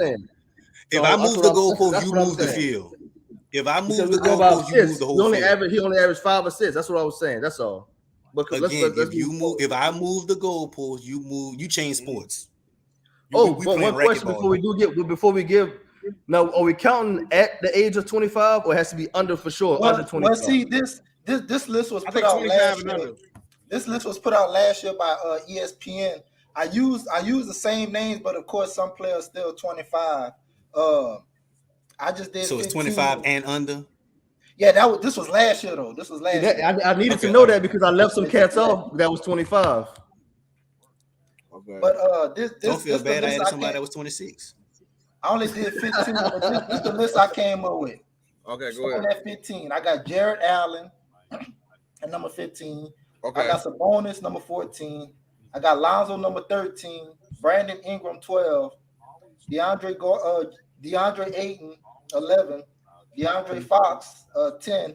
Bam 9. Jaylen Brown, LaMelo 7. Ja. Devin Booker 5, Trae Young 4, Donovan Mitchell 3, Coach. I got Luka 2, and I got Jason Tatum 1. I got 2 questions. First of all, why is LaMelo so low? 1. Where's Anthony Edwards? 2. And you didn't say Luka?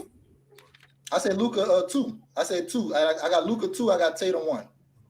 Hey, let me run through mine because I got to get off the call. My wife giving me mean looks and shit, threatening me. I'm kind of scared over here, brother. I'm almost done. I'm sorry. She tried you in here capping. She's like, you in here capping. Coach, you over here capping. Coach, and make sure you tell her that if we see something, we got to say something.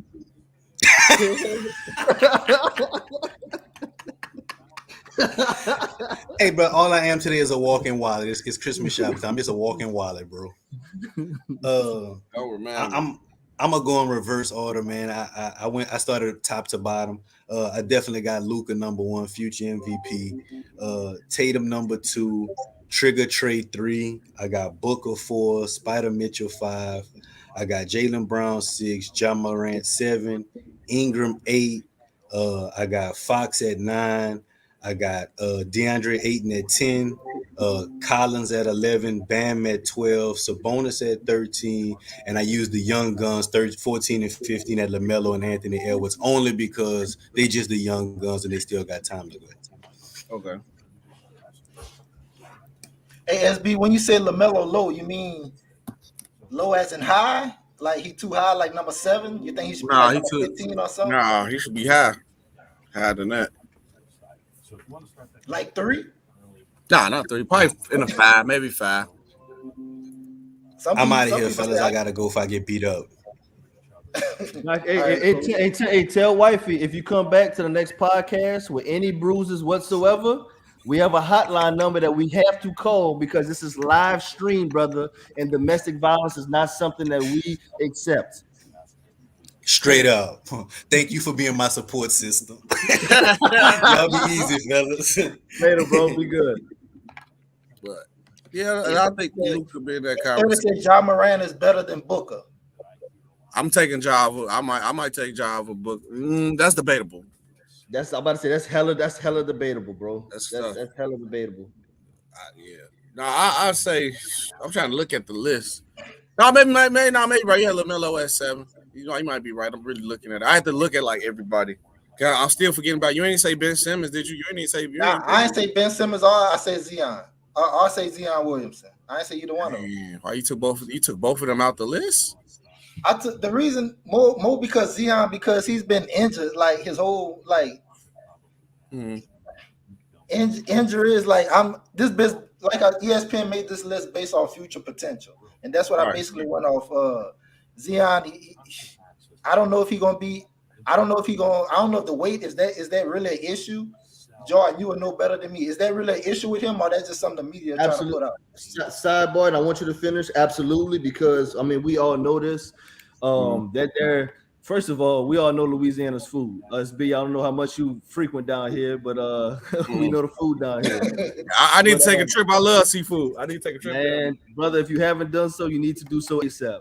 Yeah. But July for sure, because I mean Charles Barkley said it best, man. Charles Barkley said he was a low impact player, and he talked about how his weight was on his knees, and he said that I think it was Daryl Dawkins that almost made him cry by basically saying that he was fat and out of shape.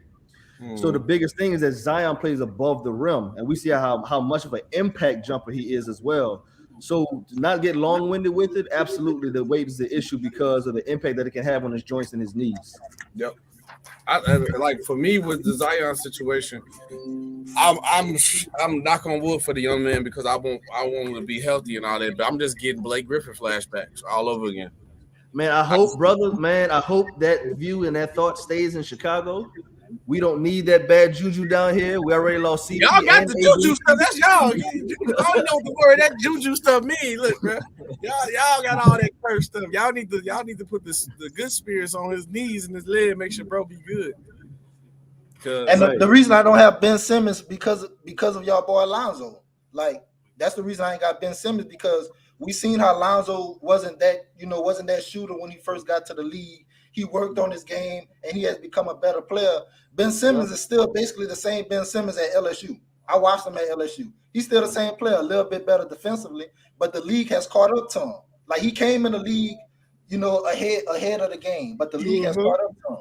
So, I think defense just effort. So anything, he just try a little more on defense. I think he try to try more on defense to make up that what he can't do on offense, which is on him because I think we expected too much from Ben Simmons because they compared them saying that he has the talent to be the next LeBron James, which he do, but he don't have that drive, man. He ain't from the middle of Akron, Ohio, and in the middle of the hood somewhere. That man from Australia, so man, he got a little, he little soft, man. Even though I'm talking about just soft in general, because I ain't gonna lie.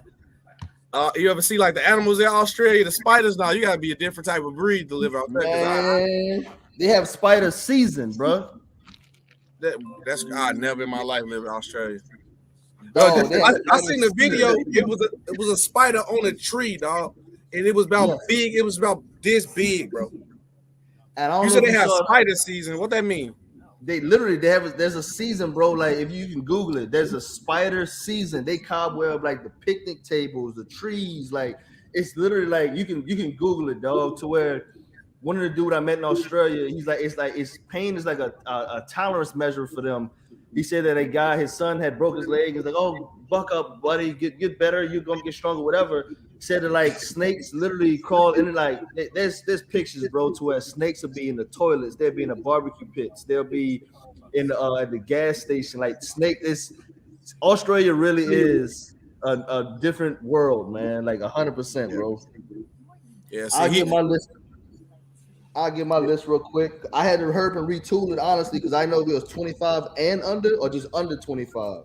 Mm-hmm. So I took off. I took off Murray simply because he hurt, but I feel like Murray should be on the list.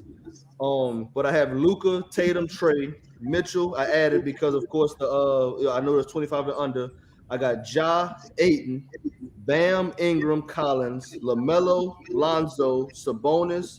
I put OG Anunoby, but I would interchange him for either Garland or Sexton. Mm-hmm. And I put Miles Bridges and Anthony Edwards. Okay. The only other ones, like I said, the only other one that I would say is interchangeable was OG because OG's been hurt, which he's hurt right now again. So I would even interchange him because that's what I was saying is like ever since Colin Sexton went down for the season, Darius Garland, we already knew was nice, but even though Garland was hurt when he first started his career, Garland is doing work right now in Cleveland. And I don't know how much I've been paying attention to watching him. He's been giving buckets and doing his thing. But so I put him on the list as well, and he could be interchangeable with that 13 slot that I gave to OG Anunoby. Because OG been doing numbers as far as on the defense and the offensive end. He's been producing. Hey, what you think about Jaylen Brown, Jordan? I feel like that's another one that I was indifferent about Jaylen Brown being on here as well because I feel like he honestly should be on my list to be honest with him. But I was looking at who I can put him over, and it's tough. It really is. It's tough as hell, man, because he's a 1-2 punch, and I feel like I had to sacrifice somebody. We all had to sacrifice somebody. But I feel like he's beneficial because he can score as well as play defense. Mm-hmm. And I'm not putting him in that realm of Clay. Of course, the Clay is a prolific shooter, but I'm saying he's a Clay type of player to where he plays both sides of the ball.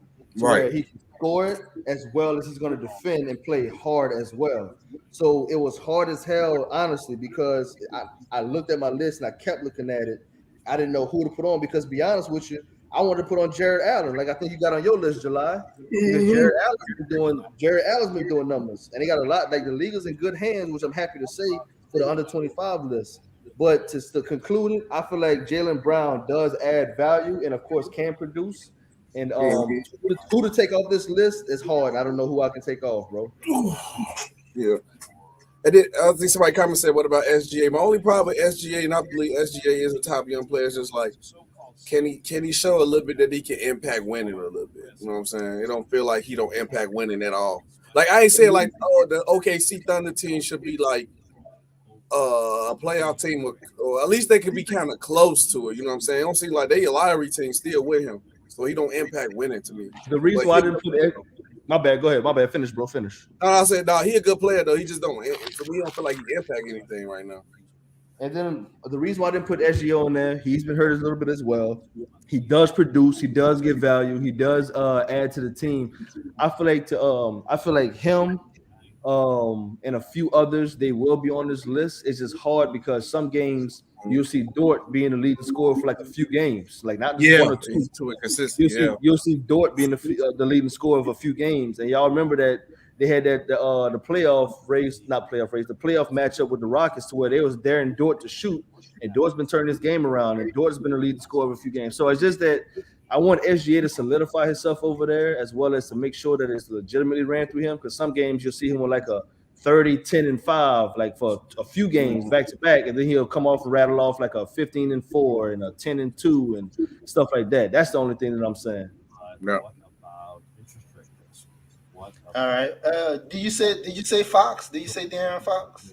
I didn't say De'Aaron Fox, and that was another hard one for me. Nothing. I want to be clear. There's nothing wrong with De'Aaron Fox's game, and there's nothing to take away from his game or to devalue it. It's this list. I ain't gonna be lying. This list was harder than the top players in the league. To be real with you, to be completely honest with you, because I was like, shit, do I take him off? Or he's been hurt, but he's been producing like Zion. Zion made history for his field goal percentage as well as what he's been producing just in the little time that he's been playing. But Pelicans, me being down here, I took him off the list because he has been hurt more than he's been playing. So it's with Fox, to bring it back to Fox, man. I don't have a knock for him. I just have other players over him for being on the top of the list. That's just that simple, honestly. And it's not a knock to him whatsoever.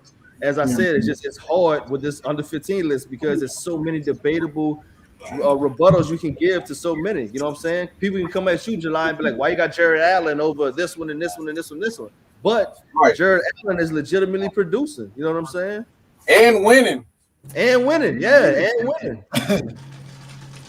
That's why I said, like, with SGA, like, when people ask, like, and I know he's probably the youngest out of everybody. I know he's like 22, 23 now, but it's like I can't put him over a Tatum, a Luka, a Ja, or even Lonzo at the point in time, LaMelo, because they impact winning. For me, I feel like if it's like, because everybody talented, they got their own talents, but then it's like, okay, when it's looking like that side by side, now my aspect is how you impact winning on the court, how you impact your team. So although other players got higher impact to their team than SGA, even Zion had a bigger impact with the Pelicans in the little time that he was there. So, but SGA is definitely gonna be a good point guard, like for years to come, a good player in the league. Because even when he had Chris Paul there, they looked good, they looked nice together, but everybody knew Chris Paul was the end all be all for why they was playing as good. Y'all don't know how bad I wanted OKC to beat Houston for that series. Oh, that way it would have went up if they did that. Just for oh my goodness, I wanted them to win so bad, but that's a whole other conversation. Hey, that's when Dort went off that game, huh? He was went off that game, huh? They literally lost at the end of the game, literally, because they left Dort open because of the 3-point shots, and he knocked them down in game 7. Hey, so I got Tatum over Luka. You got Luka over Tatum. Who you got? Who you got? Tatum or Luka? SB? I feel like it's not. I ain't gonna lie. It's not fair to ask me that because, like, Tatum, I'm biased to Tatum. Tatum is one of my favorite players. Okay. It's kind of like Derrick Rose because, like, this is what I do. Like, Derrick Rose is slowed down, so I want to find a new favorite player. So I've been rocking with Tatum since his rookie year. So it ain't gonna be fair to ask you, but I'm taking Tatum though. I'm taking Tatum. I feel you because since D-Wade retired, Steph Curry my favorite player. So I got to make sure that I scale myself back with some of these things because just like the other night against Portland. They won the game, but I felt like he was so focused on breaking the record, he wasn't playing into the flow of the offense like he should have. Yep. You know what I'm saying? At one point, he was like 4 for 12 just to prove a point to keep shooting. That's one of my beefs that I have with it. You know what I'm saying? Yeah. Where it's some of the times he gets too loose with the ball, he gets too comfortable. And one of my memories that's imprinted on my mind is that in the playoffs, Clay was right there on the baseline, and instead of just passing it to him, he did that behind the back, and it went out of bounds. Trying to do too much. They get too saucy. Exactly. They be doing too much. But when they actually doing it, it's working. They be I'm not exactly. I understand why you try it, but that's just one of my beefs that I have with him him being my favorite player now. Gotcha. And one last thing. What do you have Lonzo on your list, Jordan? I have Lonzo right behind LaMelo. I had him at I had Lonzo Man, at ball this list 11. up already. I had Lonzo at 11. Yeah, Lonzo around that range for me too, because I ain't really got like wrote my list. Lonzo around that time. I can say him and Bam probably the best defenders out of all of them too. Him and Bam Adebayo. Now, SB, let me ask you, because I had De'Aaron Fox, and I like your point about winning basketball. You think it's just the situation that he in Sacramento? I would have said at first I was like that until Ja Morant got drafted and went to Memphis and instantly impacted them and got them in playoff position. So I said once I was like, man, he in the Western Conference, you know.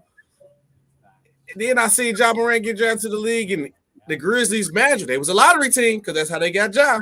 They went from a lottery team to a playoff team instantly. So no, I'm not. J.R. Fox don't have an excuse no more to me at all. And Luka went to Dallas. Nobody there. Instant playoff team. That's part of the reason why I had him as well. Luke, that's why I picked Luka. And it's not taken from Tatum. We know Tatum is a prolific player and scorer, period, and plays defense. It's just with Luka, how he was impacting and what. Even though they lost to the Clippers, though, for what he did to the Clippers, for how he was bodying them and then just talking trash as well and backing it up. But I feel like for his impact immediately for Dallas, man, at such a young age. I still think Tatum could get better. I don't know how much better. I don't know how much better Luka could get, but I think I very much gotta get in shape. Good morning. Luka gotta get in shape. Only thing about Tatum though is Tatum gotta stop playing selfish, dog. I rock with him, but he plays selfish, bro. Tatum slowly becoming our generation's Carmelo Anthony. I ain't gonna hold you. Hey. I'm being this is one of my favorite players. I'm keeping it a buck with you. I feel like to me, SB, I feel like he does that because right now, if you look at some games, it's like, of course, Jaylen Brown's not there. And so, like, his only person he has to rely on right now is Schroeder because Horford was producing at the beginning, but Horford's kind of tailored and taking a step back. And there's nobody else that's really – and Josh Richardson's been hurt, and Grant Williams is streaky. You know what I'm saying? So it's like I feel like to me, he's taking on that legitimate Kobe role. When Kobe said, I looked to my left, I looked to my right, I had Sasha Vujacic and Smush Parker. And you know what I'm saying? But that's not to devalue anybody in Boston. I feel like he looks at, since Jalen's not here, the bulk of the scoring is on me right now, so I have to produce. That's what I'm taking it as. That's not to defend him. That's just what I'm taking it as right now. And then, like, not like, I'll make sure I say this in, like, the best way possible. I don't want to come out bad. Like, I think that was, like, the worst thing that happened to Tatum was with the Kobe situation, with him learning under Kobe, and Kobe died. So now it's like I feel like he's trying to live up to that legacy too much now. Same here. I agree with that. I ain't gonna lie. That Kobe camp did make his game is way better when because he got the little moves in his arsenal. Kobe helped him get his skill up, but now it's like a lot of players who's under that like Kobe camp trying to like be Kobe too much, and I don't think that was Kobe's message. Like, just play your game, do your thing. I'm here to just add more to your arsenal, and I definitely feel like that with Tatum because Tatum try to play like Kobe a lot. And if I had to put a spear on it to hit it on the head, like who actually playing like Kobe, to me, it'd be DeRozan, who playing just like him at the moment of the time. And doing it the right way. Because people forget that. People just think because Kobe was just a gun. Like, okay, when Kobe was a gun, but it's like he cared more about winning. He was trying to win than anything. You know what I'm saying? Man, first of all, Kobe has. First of all, rest in peace to my dude. I miss his mind, bro. I miss watching a lot of his interviews on YouTube. His mind is another level. Basketball genius. I'll give you this one example, and it makes you look at things differently. I'm gonna get back to the story. I'm gonna tie it all in. When he basically said, like, because they asked him, why he was playing hurt, this and that. And he always brought up the fans, what fans came to see me. But he said it's mindset. He said, man, if I'm in a 2-story house and the house is on fire and I got a broken leg or a broken ankle or a fractured ankle, he's like, the last damn thing in my mind is about that ankle. It's about getting my little girls out of that house and getting my family out of that house. And he said it's the same thing on that mindset. He said, like, because he was playing Vince Carter, and Vince Carter was terrorizing the league, and Kobe had his lower back was really killing him. And he said the media had put it out there. Oh, Kobe might be ducking Vince. He's like, nah, my back killing me, but not tonight. You got to see me tonight, Vince. Yep. And so just that mindset. And I feel like that with today's game, Kobe would have impacted that a lot more. And I feel like the WNBA's game would get a lot more notoriety because, of course, with him not having any boys, he was going to invest even more into Gianna and the rest of them. But to bring it back around to DeRozan, I feel like that boy has literally put his spirit out like on the sixth man and entered DeMar DeRozan's spot. Because, bro, I don't know if y'all watch Famous Loso, the dude on IG and Facebook. They be making the bink, bink, bink, bink, bink. Yeah. His ad-lib, bro. He showed one when DeMar DeRozan did a crossover into the double team and pulled up for the mid range. And he was like, man, DeMar, what is you on right now? He's like, what are you doing? And like DeMar he really is on another level for Kobe. And I do feel like Tatum, as well as a few others, are trying to live up to that moniker because Kobe's not gone. It's gone. Yeah.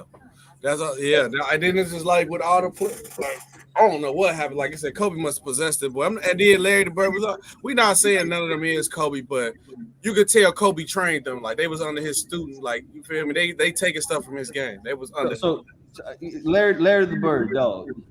Did you hear any of us in this entire conversation and discourse and dialogue compare these guys to Kobe? No, we did not. Like let's. I want to be clear, brother. We're saying under his tutelage, these guys are improving. So I want to make sure that we clear that up. They still in his moves. Yeah, that's like, it. Come on, man. Still in this game, bro. None of them on the level of Kobe yet, bro. Come on, bro. Hey, have y'all been hearing anything about the CJ? I mean, not the CJ, the Ben Simmons trade rumors. They got multiple teams. Y'all know anything about that? July, I want to turn this over to you before we comment because. Once again, like me and Coach talked about before they got off, the media is going to push something out there because they messy as hell. And and Dame has said that. But Dame has come out and publicly said, I have not said that. They're going to tell us in this and that, blah, blah, blah, blah, blah. From your standpoint, from a fan standpoint for Portland, first off, what are your thoughts? And do you believe Dame as far as him saying anything like that? My boy's suffering right now. Saying anything like he want to stay in Portland? That and that he wants to play with Ben. I mean, Dame usually when Dame don't say something, he usually let us know if he didn't say it. So if he say he didn't say it, he didn't say it. Like, right. Larry the Bird. Yes, we did say similar things that took from him. That's what Porter says from learning from Kobe, bro. Like nobody said it was Kobe. Yeah, nobody said him.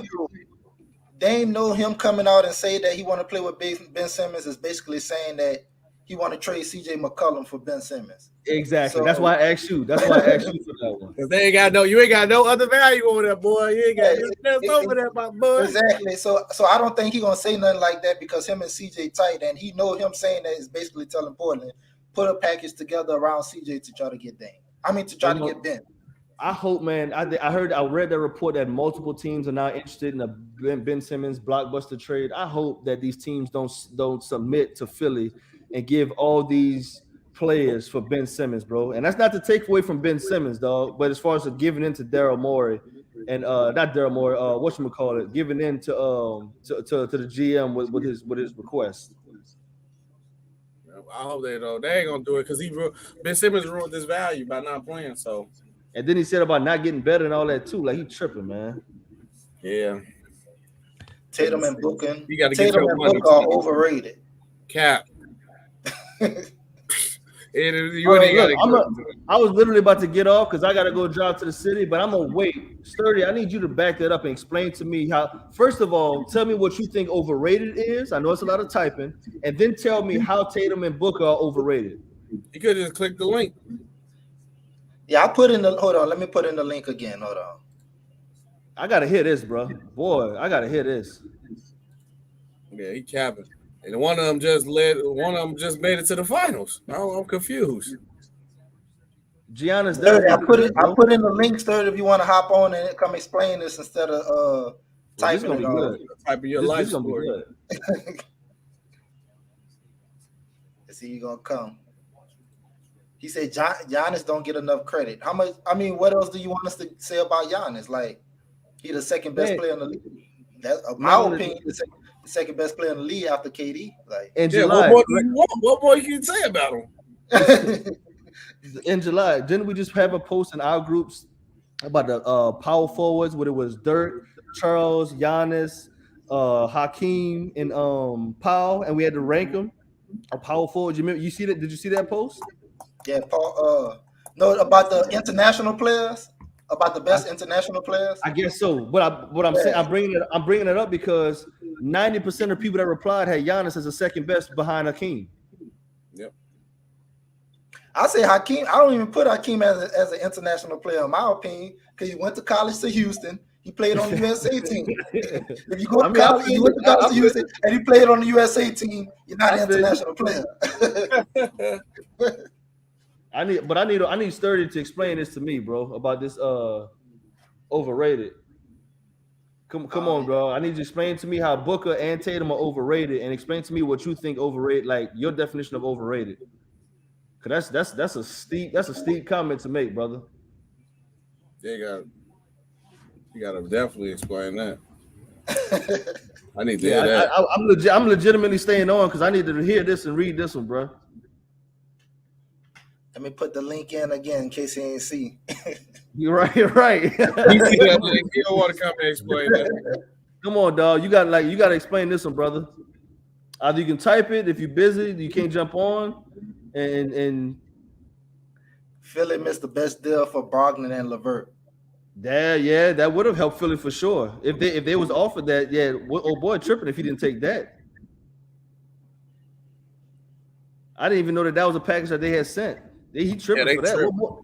What more did he want? Because Karis LeVert and Brogdon are both doing work in Indiana. If I was them, I'll be. But they say Indiana trying to rebuild, so ain't no point for them to go get this. SB, but who the hell are they rebuilding around, bro?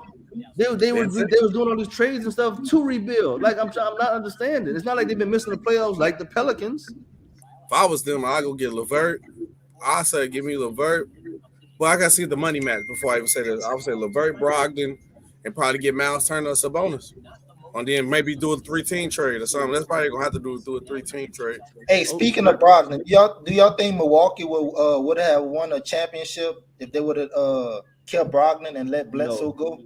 No, they had Drew Holiday. If they'd have kept Brogdon and let Bledsoe go. Hold on, y'all boy on. Hold on. Oh yeah, go ahead. Explain this one, bro. Yeah, I got you. Give me a few minutes. I got you. All right. I don't. Brogdon, I feel is definitely a better player than Bledsoe. Would they have won? You talk about if Brogdon had started for the Bucks? Yeah, would the Bucks still eventually won a championship? No, Drew. Even though Drew, some games Drew didn't produce offensively, what he did defensively was not acknowledged enough. And Drew is honestly not acknowledged enough and given his just desserts in the league as much as he should be. Even Dame and other PGs have come out and said that. Yeah, and don't get me wrong. The reason why they went and got Drew because Drew played like pretty much how Brogdon played with them because they missed what Brogdon had. But that's why I asked that. That's why Drew do it at a higher level though. But I don't know. It's tough to say. But I think they made the right decision by getting Drew Holiday. As we seen, it was the right decision. Yeah, trading Bledsoe for Holiday. That was a finesse. They finessed that, boy. That. Hold on, let me put that up on the screen. Tatum and Booker are so far overrated. Man, I need you to explain that. All right, so I bet. So the reason, especially Booker, not so much Tatum, but really Booker is overrated. The reason why, SB, you alluded to it yourself. The Booker didn't get to the playoffs until he got CP3 on the team. 5 years after that, they didn't make the playoffs. John Morant almost got his team to the playoffs his rookie year. Mm-hmm. Donovan Mitchell stayed in the playoffs. So the point is this. People misconstrue scoring and think that's the only aspect of the game. In reality, you need other aspects of the game to be good in to affect winning. Okay. That's not Devin Booker's game. And for Tatum, I'm saying he's overrated in terms of people saying he's going to be that next guy.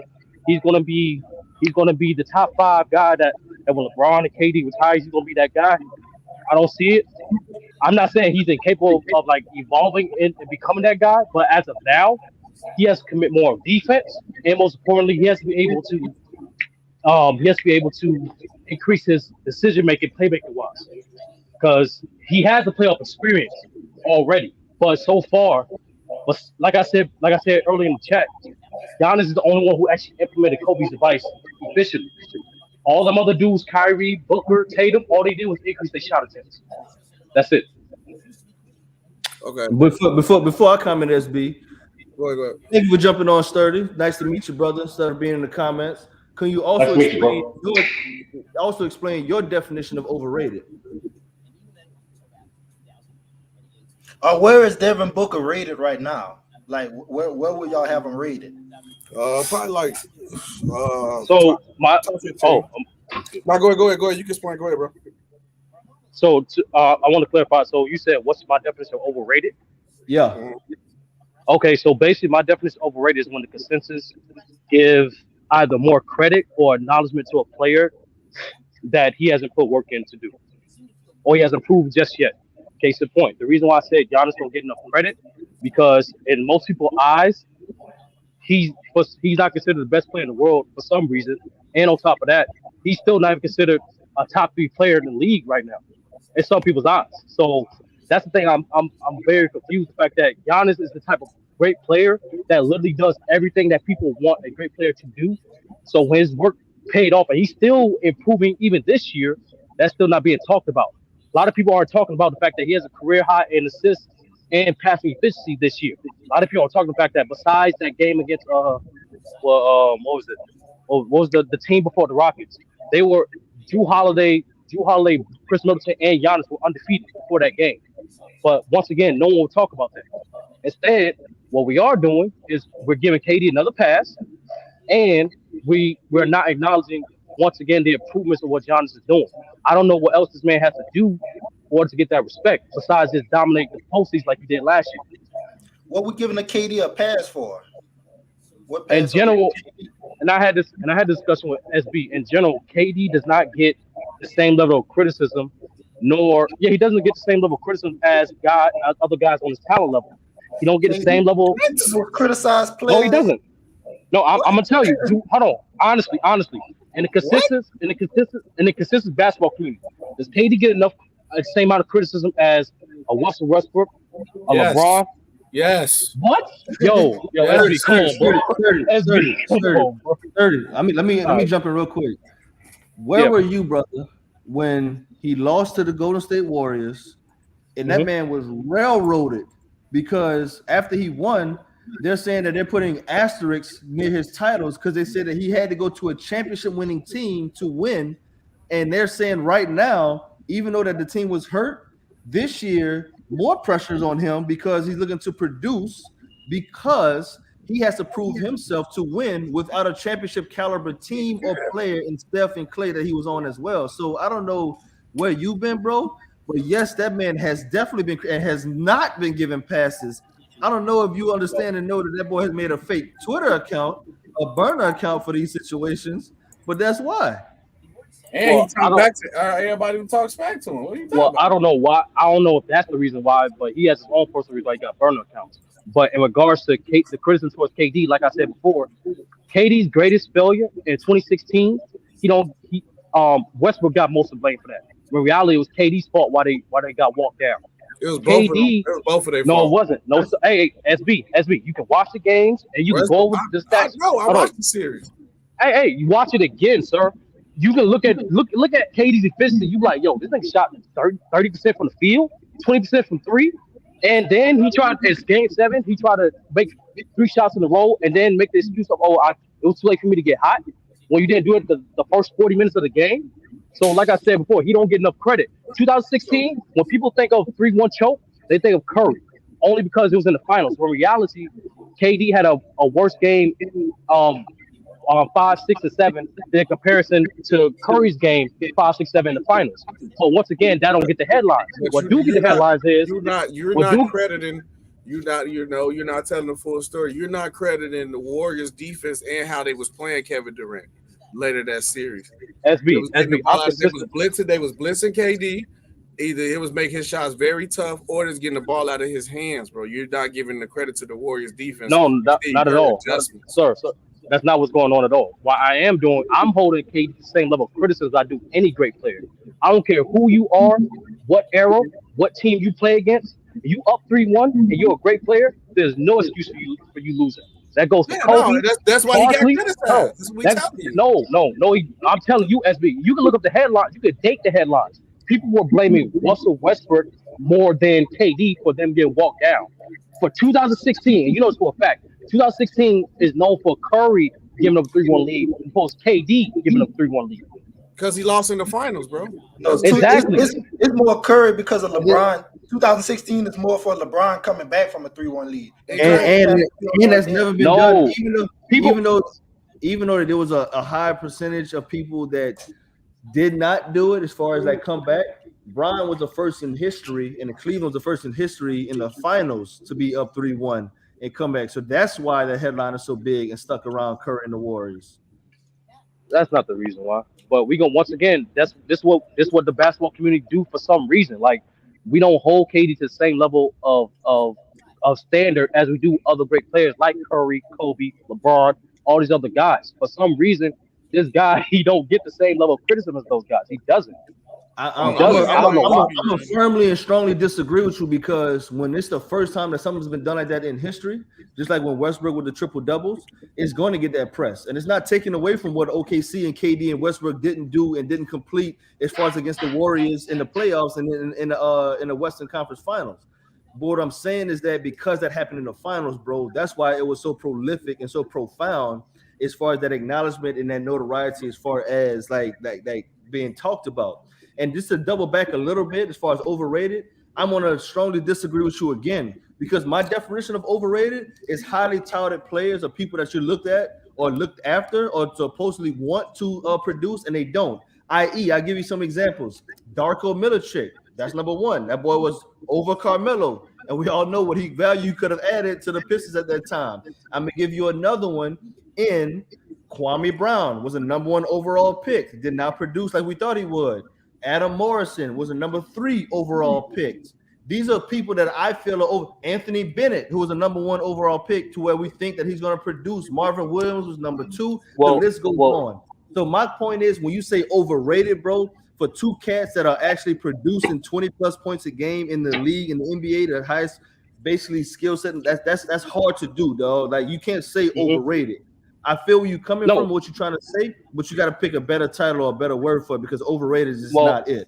Well, like I said, sir, that's like I said, overrated. It matches KD reputation and Devin Booker's reputation as players because once again, their games are as conducive to winning. You said KD. No. I'm up on KD and Booker. Tatum, not so much. It's more so when people say he has a higher ceiling than Luka, or when people say you have a higher ceiling than Luka, than Zion, all this, and Ja Morant, then I push back on that. But Tatum, not so much. It's definitely Booker and KD. Now, in regards to the overrated scene, right? Wait, me and SB had a conversation. It's definitely Booker and KD as far as what?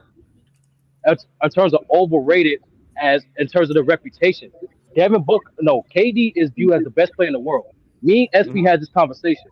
Throughout the history of the NBA, I never heard of a player being considered the best player in the world, and he was only dominant in one aspect of the game.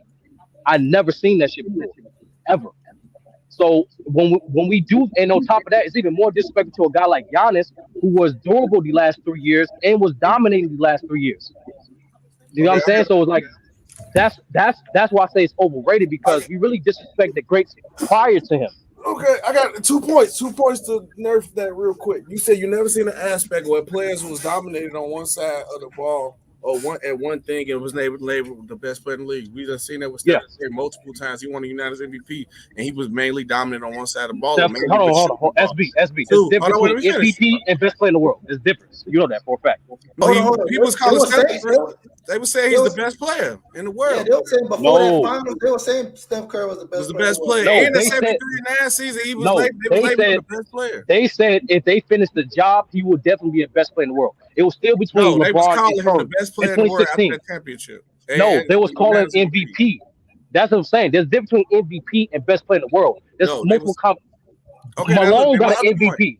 Then my other point, we were still labeling LeBron James as the best player, and that's why y'all get mad at me about this because I said at this point in time, KD was the best player in the league. when KD was on the Warriors and LeBron was on the Cavs, he was one of the worst defenders in the league, but they would still label him the best player in the NBA. So, like by your logic, LeBron shouldn't have been labeled the best player in the league, but he was. Good point. No, sir. Because like I said, you didn't hear the key part. Like I said, I never heard of a player being consistently named the best player in the world was only dominant in one aspect of the game. LeBron wasn't just dominating one aspect of the game when you consider the best player in the world. He wasn't. Same thing for Bird. Same thing for Magic. Same thing for Kobe. These guys had multiple aspects of the game where they had an imprint on. I can't say the same thing for KD. I can't. So what, you think KD only impacted the game scoring? So when LeBron was trash on defense, how he impacted the game? But because he passed the ball? Facilitating and rebounding, sir. And scoring. So KD didn't rebound? KD wasn't a good Can you name a postseason or a regular season where that 6'11" foot player averaged double-digit rebounds? LeBron never averaged double-digit rebounds. That's a lie, sir. He did. When? One time? In the postseason, yes. One time? Yes. So that's not consistent. That's the point. SB, that's the point. At least LeBron you said consistently. No, SB. I didn't say consistently. You added words. No, you definitely said. Hold on, wait. You said the point of you being the best player if you consistently. You said consistently. Your key word was consistently do something. I didn't say that, sir. Repeat what you said. I said I never heard of a player who was labeled the best player in the world that was only dominant in one aspect of the game. Every other player. No. I said dominant in one aspect of the game. That's where it stopped. KD's only dominant in scoring. He's not a dominant in no other aspect of the game. There's only two games. Hold on, there's an echo. But literally, there's only 2 games in his whole career in the playoffs where he had a triple double. There's less than 10 games in his whole career we had double. So you fault KD for doing what he supposed to do on the team? No. He was a great defender with the Warriors. Great defender. Yes, what do you mean great defender? Yes, he was. No, he's a great rim protector, but I can't say he's a great defender. He never made an all-defensive team. That's fine. 1 or 2. That's fine. How you a great player? You played 14 years in the league. You never made an all-defensive team. Ever. So what they got to do with him being the best player now? It's the same thing because honestly, and I said this in the chat, he's like the 4th best player in the league right now. Curry, Joker, and Giannis are having better season than him. But that's not the narrative though. He's still second MVP votes. And like I said before, the Nets haven't beat any of the top 5 teams in the league. And yet they still have the number 1 seed in the East. Correct. Hold on. SB. You know it's for a fact. The Bulls beat the Nets twice, and they was missing a starter each of those games. Right or wrong? We're a better team. Okay, but SB, and I said this on multiple platforms. I said the Bulls and the Nets, if they meet in the playoffs this year, that goes 7 games. People have the Nets squashing the Bulls in the playoffs. Possibly, but I doubt it. But you gotta understand this though. That team is not fully healthy, and that team was built off having all 3 stars, bro. So that's messed up. They gutted their. You gotta understand this. They gutted their team to get Harden. They was built to play with all 3 superstars. I agree. They don't have nobody else. They rotated in and out. So once KD and Harden sit down, they giving up the leads or giving up the games, bro. So let's break this down, SB. This man is playing with he's playing with a multiple-time MVP candidate in James Harden. He chose that. He's playing with a potential 6-man a year running with Patty Mills, which is weird because they have him come off the bench on and off. And he's shooting almost, I think he's leading the league at 3-4%, if I'm right or wrong. And on top of that, he has other comparable pieces. I know he's shooting like 45%, something crazy like that. Yeah, he's playing good. And LaMarcus Aldridge is having a good year since his return back on the Nets. So he has the supporting cast, and he chose the coach. So this is all KD's molding. So everything that he's working with now, he has to take control of that. That's his doing. He chose to play with Kyrie. He chose to vouch for Steve Nash. I feel where you're coming from, bro. But you still got to change. You still got to pick a better choice of words. You can't call KD Booker or KD overrated, bro. Yeah, I definitely can. No, you can't, dog. That doesn't make sense. And in no remotely fashion, bro, does that make sense? Can they improve? Yes. But overrated? That's not it. That's not it whatsoever. I just said it. I just said he's Overrated is a considered strong the word, best player in the bro. world. I don't know why. Why is he considered the best player in the world right now? Hey, you said Giannis is having a great season facilitating the ball, right? Averaging what 5.7 assists per game. No, I said he was having a career high in assists per game this year and assist efficiency this year. But no one's mentioning that though. That's what I'm saying. I don't know what, like I say, I don't know what players like Giannis and Joker have to do to get their respect. Joker's having a crazy year this year. He just won No, they MVP. don't. No, they don't, bro. They're ranked below KD for some reason. Because KD better. He's not better. KD He's only a better scorer. Come on, that's bro. it. He's only a better scorer, and that's it. SB. Did you hold on? SB. I'll put it exactly like this. Do y'all know Joker is having a season right now? He's the only player ever to average 27, 13, and 7. But the media is not talking about that right now. That's good. He's having a great year, but he's not a better basketball player than Kevin Durant, bro. Sturdy, That's your opinion. Sturdy, you trying to make it seem like they're getting compared to like a Malik Monk or somebody, bro. Being behind KD is not like a wash, dog. Like you trying to make it seem like they're getting compared to somebody that's second fiddle or something like that, dog. Like that's why I said, like, I hear what you're saying. Like, let's be clear. I hear the take that you're giving, but overrated is not the word that you use in no way, shape, or form, even for this conversation, this topic, and this discussion that you're having. You literally cannot fathom those words to say that in relation to Booker, Tatum, and KD. That does not make sense. Can they improve? Yes. I'm 100% with you on that. Are they overrated? Hell no. You drunk if you say that, bro. That's your opinion, sir. I just literally gave you all the factual reasons why they're being considered overrated. Like, tell you what I want you to do if you don't mind, bro. I want you to do a poll and just ask a simple question. Is KD, Booker, and Tatum overrated? Simple as that. They're gonna eat through you, boy. You no doubt. You call KD No overrated, dog. You wow. I'll tell him to his face. I'll tell him to anybody. Bro, you said KD, and then you added. I'm just saying you added KD. The only person that's what I'm saying. Like it's hold on, SB. Why is he the best player in the world right now? Why? Okay, first of all, KD has been in the running for this conversation for the longest. That's one. He has. Two, his impact on winning. Because honestly, let's be real. The tour away, whatever it happens, Giannis then won. But if he would have hit that damn shot, they wasn't losing. They was gonna make it. They was gonna win the chip. SB. He had 6 shots in overtime. He been playing the best for the last couple of years. He don't get enough credit because he playing with 3 people. So y'all hate that. So like, don't get me wrong. You're disingenuously not giving KD as much credit he's supposed to be because of his situation. But bro, no. Honestly, KD has been one of the best players in the league to me since he was on the Warriors until he got hurt. KD been the best player to me since he was on the Warriors. If you ask me, he was the best player on the best team, one of the best defenders, had impact the game when he killed who supposed to be the best player in the league every time they played head to head when he was on the Warriors at that point in time. It wasn't even close. In terms of what? Team success, I agree. But individual success, no, sir. He impacted the winning more than LeBron did when he was on the Warriors. No, that's not what the numbers say, sir. That's not what the numbers say. You just going out just because LeBron had good stats. He was the only person on the team, bro. No, that's not what I'm going off at all. You said it yourself, SB. For the last couple of years, he been playing like it. When last year, he even played more than half of the season. I said it to him. Got hurt, and that's when he lost the title. He was the best player in the league to me. If KD would got hurt, he would still been the best player. So you're telling me KD is more impactful than Giannis and Joker this season and the past couple seasons towards winning? That's what you saying? Go ahead, JJ. You trying to say something? No, I'm gonna try to get on my phone, bro. It's like the volume is hella low because I got to get out of here too. But I'm gonna jump on my phone. Just let me back in. All right, for sure. Now what you were saying?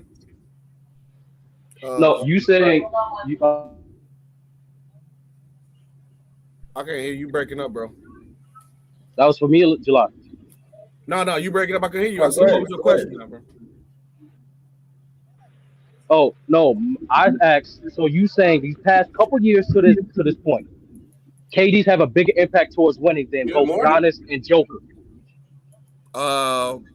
Yes. Besides the last couple of years, since he's been on, if you count the Warriors, yes. Nets, no, because he didn't have to impact the game as much with the. That's what we going off, SB. I'm going off what you've done for me lately. This best player in the world is a very fluid title, quote unquote. Okay. If the last couple of years, two other guys play better than you, then they're better than you. This year not over with yet though. You trying to go off what's going on so far. A lot of people that had good years in the beginning, they can fall off. So if you're not saying we're going off from the point of what happened last year, if it ain't Giannis, I'm not putting nobody but Giannis ahead of KD. Off how they played last year, because the year's not done yet. So if it ain't shit. And why not Joker? Why not Joker? Joker not there yet. That's my why not? I'm asking why not? MVP, that's it. He didn't do nothing else. That's not true. That's what you mean. He got swept last year. What are you talking about? Yes, he lost in the second round like KD. He got swept. No. Here's the difference, SB. And no, ain't no difference. He got swept. That's a lot. He can't win. This dude. Wait. This the guy that you want to tell me that he's supposed to be the best player in the league, or he should be over Kevin Durant, but he can't win one game. Nope. One game. Nope. So no. I'm sorry. No. So SB. KD took the defending. Hold on, wait. Let's keep on it. Listen, bro. KD took the defending champs, the people who won, to 7 games by himself. He wasn't by himself. Why do you keep saying that shit? Why do you keep saying that shit? So Kyrie played 4 games. Harden played 4 games. What are we talking about? Played what, on one leg? 3 games. 3 games. My fault. 3 games. And Kyrie only played what, 2? Kyrie played 4 games. Kyrie played 2 games. Kyrie didn't get hurt. Kyrie did not get hurt in game 2. When did Kyrie ever get hurt? Game 4. No, he didn't get hurt no game 4, bro. The Nets were up 2-1, and then the Bucks were up. It was going to the beginning of the third quarter. The Bucks were up by single digits, and that's when Kyrie rolled his ankle. It was 2-1. Giannis took that boy out. Now he took that boy out. Okay. Come on, boy. I'm still confused on overrated. I can't get over this. I just explained it. When other players are producing better than you, having more impact towards winning better than you, have better individual. You're not over with though. You going off this little part of. I'm going off the last couple years to this point, SB. I'm going last couple years. Better than KD the last couple of years. Yes, he has. How is he not? So July, let me ask you a question because you break this down perfectly in your legacy segment. So by 30 estimation, would Kobe be overrated compared to Shaq? Would Kobe be overrated compared to Shaq? Because he told me how Shaq is playing better and playing all that good stuff. Oh, that's a weird kind of question. I don't think Kobe was ever overrated. But exactly. But my point is saying is by listening to what I'm hearing, saying by other players playing better than you and producing more, etc., that you're overrated. You're just going off stats. And so is Brad. No, I'm not. Everything I just said was not just stats. Is Bradley Beal better than KD? Because he been putting up like 30 the last couple of years. Is Bradley Beal better? No, he wasn't playing better than KD last year. July, you see the question I'm asking? He was 30 last year. Was he was not playing better than KD last year or this year? I said a couple years to this point. Averaging 35. Yo, SB, funny, bro. I'm just saying, I'm going off your logic because you say like you only. No, you're not. No, I said my premise multiple times. You cannot be the best player in the world and only dominate one aspect of the game. It's disrespectful to guys like Joker and Giannis who put up Joker not a better good individual defender. stats. What are you talking about? Joker He's a better defender than KD. You can look up the stats and games for that. I've been watching all them games. Yo, he's not an elite defender. How can you speak on disrespect and then call KD, Tatum, and Booker overrated? I just explained it once again. KD is for some reason is viewed as the best player in the world. So Joker, Tatum, not so much Tatum. Like I said, Tatum is more so when people say he has a higher ceiling. Honestly, I toss the Tatum shit out. So Booker, Joker, yes. elite When defender. people say Booker is on the same level as Donovan Mitchell, John Morant, that's a lie. That's a straight lie. We literally seen this man not make the playoffs for 5 straight years. So Joker, so I'm just stuck on the fact you said you got to be in the best player conversation. You got to be elite on more than one thing again. So Joker is a elite defender. No, he's an elite rebounder, he's an elite playmaker, and he can score well. So multiple things that KD can't do. And he has better intentions. You say he's an elite rebounder. Yes, averaging 13. He's definitely an elite playmaker. We're not going to debate that. And he's a very good scorer. So that's really just offensively that he's just good on one side of the ball. And he's better defender than KD. You can look that up. You can. The film says and the stats say it. Hold on, wait, my fault. I'm at work. Yeah, you said what? Repeat what you said. So, Sturdy, who's your top 5 players in the league right now? Right now, in order, I got Giannis, Joker. It's between Steph and KD, and then fifth. That fifth spot been fluid because you can go with CP, you can go with Embiid, but that fifth spot, that fifth spot tough. You go with Luka. I can't go with Luka. He just came back, so right now I'm gonna go with. Damn, that's tough. That fifth spot tough. I'm go with CP for now. I got a question though. You who was your number? You said you got Giannis number 1, right? Yeah. But you said about off their production and what they doing, you should have Steph number 1 because Steph playing the best right now. So I just said Steph. No, I just said Steph, Giannis, and Joker are having better seasons than KD. But why is Steph is playing the best? Steph should be labeled the best. Steph's team has the better record, but individually, Steph has been playing the best out of everybody. No, he not better than Joker or Giannis. Yes, no, sir. Especially not Joker. Look at Joker wild this year. Why is Steph Curry leading the MVP race right now? Because his team have made success. You know how this goes, SB. But also, Steph Curry was the only guard that's having an impact on both sides of the ball. And not to mention, he's neck and neck with the leading scorer again this year, and his team's record. In addition to that, so by your metrics, what SB is getting at, why isn't Steph number 1, and he's number 3 or 4 that you just gave him that positioning on? Because Giannis and Joker are more versatile than Steph and have better individual seasons and stuff right now. The only primary reason why Steph is in the MVP conversation is because the Warriors have the best record in the league right now. That's the primary reason why. So correct me if I'm wrong. If both the Joker and Giannis are more versatile than Steph, then their record should show that as well. Correct? No, sir. Because those teams have dealt with injuries. Drew Holiday missed games. Jamal Murray still ain't back. Michael Carter, MCP just went down with another back injury, bro. Like Joker been dealing with injuries the last 2 years. Okay. Giannis 2 this year. And then now back to your point with KD. And Brook Lopez is out the reason why KD is number 2 on the list and still one of the best players in the league because he's impacting this team on both sides of the ball. He's versatile on both sides of the ball and play makes too, without one of his best players being on the team. Not to mention the Warriors retooled their entire team, and this is damn near the same team that they lost to Memphis in to get into that play-in spot last year for the playoffs. Now they retooled this entire team, and Jordan Poole, even though Jordan Poole was playing some great basketball, he was bouncing back and forth from the D League to the team.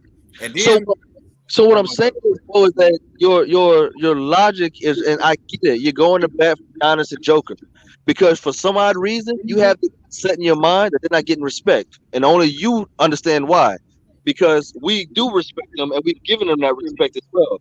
Just because we don't discuss them or talk about them does not mean they're not getting that respect. I want to be very clear and put that out there, bro. Then another thing, you killed your own point too, because you just said something about the impact of winning. But KD and Joker's in the same situation where they second best players both missing. But they're not in the same. They're not in the same predicament, bro. Yes, Joker's missing. Yes, they is. Yes, they is. This how they is. No, they're not, bro. Yes, they are. Look, listen. Because Joker has a better all-around team than the Nets. The Nets just have more star power. What? That's true. That is very true. Dude. They just have more Once stuff again, now. Joker is missing his second and his third best player in his team. Harden is there. What the fuck? Harden Who's is the third there. best player on their There is team? no player. There's not a single player on the Nuggets bench that's better than Patty Mills this year. What are we saying, bro? Oh, wait. Who's the other player that's missing? Who's the third best player? I just told you, Michael. But he Yeah, was he here just for got- majority. He just got hurt. No, he was not. No, what you How long talking he been about? hurt? He got hurt a couple weeks ago. Well, like, that was that long ago. What happened before SB, then? that What was, was their record SB, that was before like then? SB. That was 6 games ago, bro. That's not that long ago, bro. SB, when you play SB, when teams only play 24 games so far, that's Okay, a quarter of the season. what was their record when he was there? What season was when MPJ was there? They was top 5 at the time. Okay, not number 1. No, Okay, then that's my point. hold on. When did the Nets become number 1 in the East? The Nets been number 1 in the East. No, they was not. The Bulls was number 1 in the East for a couple weeks. What are you We was talking number about? 1 in the SB? East for like 2 days, boy. It was 2 days. It was a couple weeks. What are you It talking was like about? 2 days, bro. Bro, you cap, bro.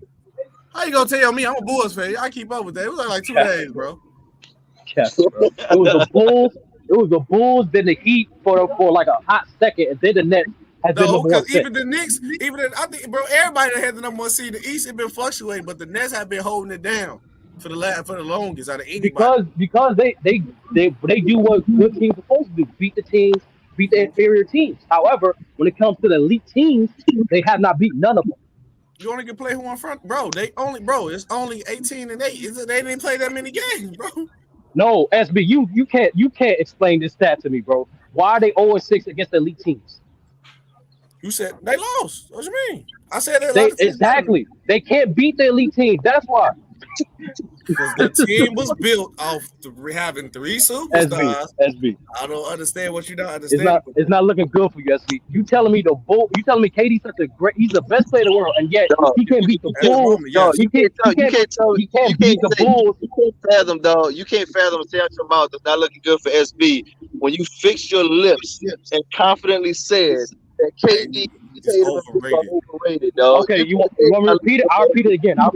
Devin Booker and KD are overrated. That's your opinion, dog, but that's not true. It is what it is. Okay, so Stephen A. Smith would say that is blasphemy. That's what that is. Yeah, stay out. And So Sturdy. So you saying KD overrated because people saying he the best player in the league, and you think he the 4th best player in the league? yeah, Off 20 games of the season because he said Joker played. it's not just 20 games, nigga. I literally said for the last couple years to this point. You only pick and choose what you want, SB. Like, Joker has you not literally been pick and playing choose what you better want. than KD the last couple of You pick and choose. Hey, SB, you can look this shit up for yourself, bro. Just look it up for yourself. You'll be shocked. I swear to God, you'll be shocked. Nigga, take your bias out. Take your bias out. I understand KD is a great scorer. I don't just go off stats, bro. Stop it, bro. If that's the case, I didn't go off stats. I ain't just go off stats. Westbrook played better than KD last year too. He averaged a triple. I didn't just go off stats, and he missed majority of the season last year, just like KD. So, what do you want me to say? Say, bro, nothing we see and nothing we look at will ever be as more surprising as us hearing KD, Tatum, and Booker. All right, it'll be proven again this year. You go in a circle. CP literally said that game. one of the reasons he went to Phoenix was because of this light-skinned brother right here, and he pointed at Devin Booker. CP and that light-skinned brother was not good enough to get his team to the playoffs for 5 straight years, and yet only took Ja Morant one. CP went to the Lakers with Bron to literally ring Chase and said, "I decided to come here with Booker." That's his mistake. What do you want me to say about it? But that mistake got them to the finals and got them the second best record in the league right now. But that's not the there. With and Booker, they lost. There's a reason. There's a reason why. So look, with that guy you say is overrated, because if he was overrated, when CP went over there, he wouldn't be able to still produce, bro.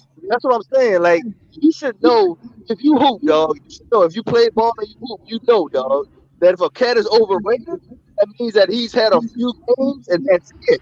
Like, he cannot continue that same level of play across the board, no matter who's in front of him. You're saying that no matter who's in front of these guys, they're not producing or they're not valuable to their team. Yeah. That's not what I'm saying. Like the dude from Indiana, that played good in the bubble. He overrated. That's overrated. Exactly. That's overrated. Exactly. KD got years of work put in. You talking he overrated? Get your ass out of here. Yes, he's overrated. That's But, like let's stay on this Booker thing. Hold on. Let's stay on this Booker thing real quick. Warren looked like Kobe in the bubble, and that even though he's been hurt, when he comes back, we need that same level of play. That what you would call is overrated, bro. Hey, that's like me calling. We just agree to disagree. LeBron overrated right now because a lot of people still think LeBron the best player in the league. LeBron overrated. That's a lot of people. I'm not one of those people. No, I'm saying is LeBron. Man, your logic is LeBron. Yeah, overrated? that's a good question. Good question. I need you to answer that. Is LeBron overrated? His last 3 years, he's been hurt. He literally missed time. So when you say is he LeBron, overrated? I'm trying to answer the question. Yes or no? So when you say, ain't no yes or no, nigga. I've been clarifying every question so far, every answer so far. So I say KD. Can I finish? So when you say LeBron's the best player in the world, yes, he's overrated, but he's not considered the best player in the world right now. What the fuck? He's not the best player in the world, nigga. Like I said, I didn't say KD was trash. I didn't say Booker was trash. I said when you rate them at a certain level, where they have not proved that, that's overrated. And the Booker thing, real quick. I said his game does not impact winning. He have not made the playoffs until CP3 got there. He's the only player to score 40 points in a playoff game and lose back to back. There's a reason for that. They have not impact winning. You just described 85% of the league. So 85% of the league is overrated. What? So you said these players are overrated because they did not impact winning. So therefore, if these teams are not winning, that means that 85% of these players are overrated, right? No. When you compare Devin Booker to like Donovan Mitchell, Luka, John Morant, and you say he's on that level, he's not, because his game is not conducive to winning. Those dudes carried their team to the playoffs rookie season, first 3 years. And SB, I think you're gonna like this one. So, correct me if I'm wrong. Did Jason Tatum and Jaylen Brown did not take the Boston Celtics without Kyrie when he got hurt to the Eastern Conference Finals and lose to LeBron James, who you are now saying is overrated? And now to win. Like I said, Jason Tatum. Like I said with Jason Tatum, the Jason Tatum thing is not so much overrated. He's only overrated when you say he's on the same level as Luka.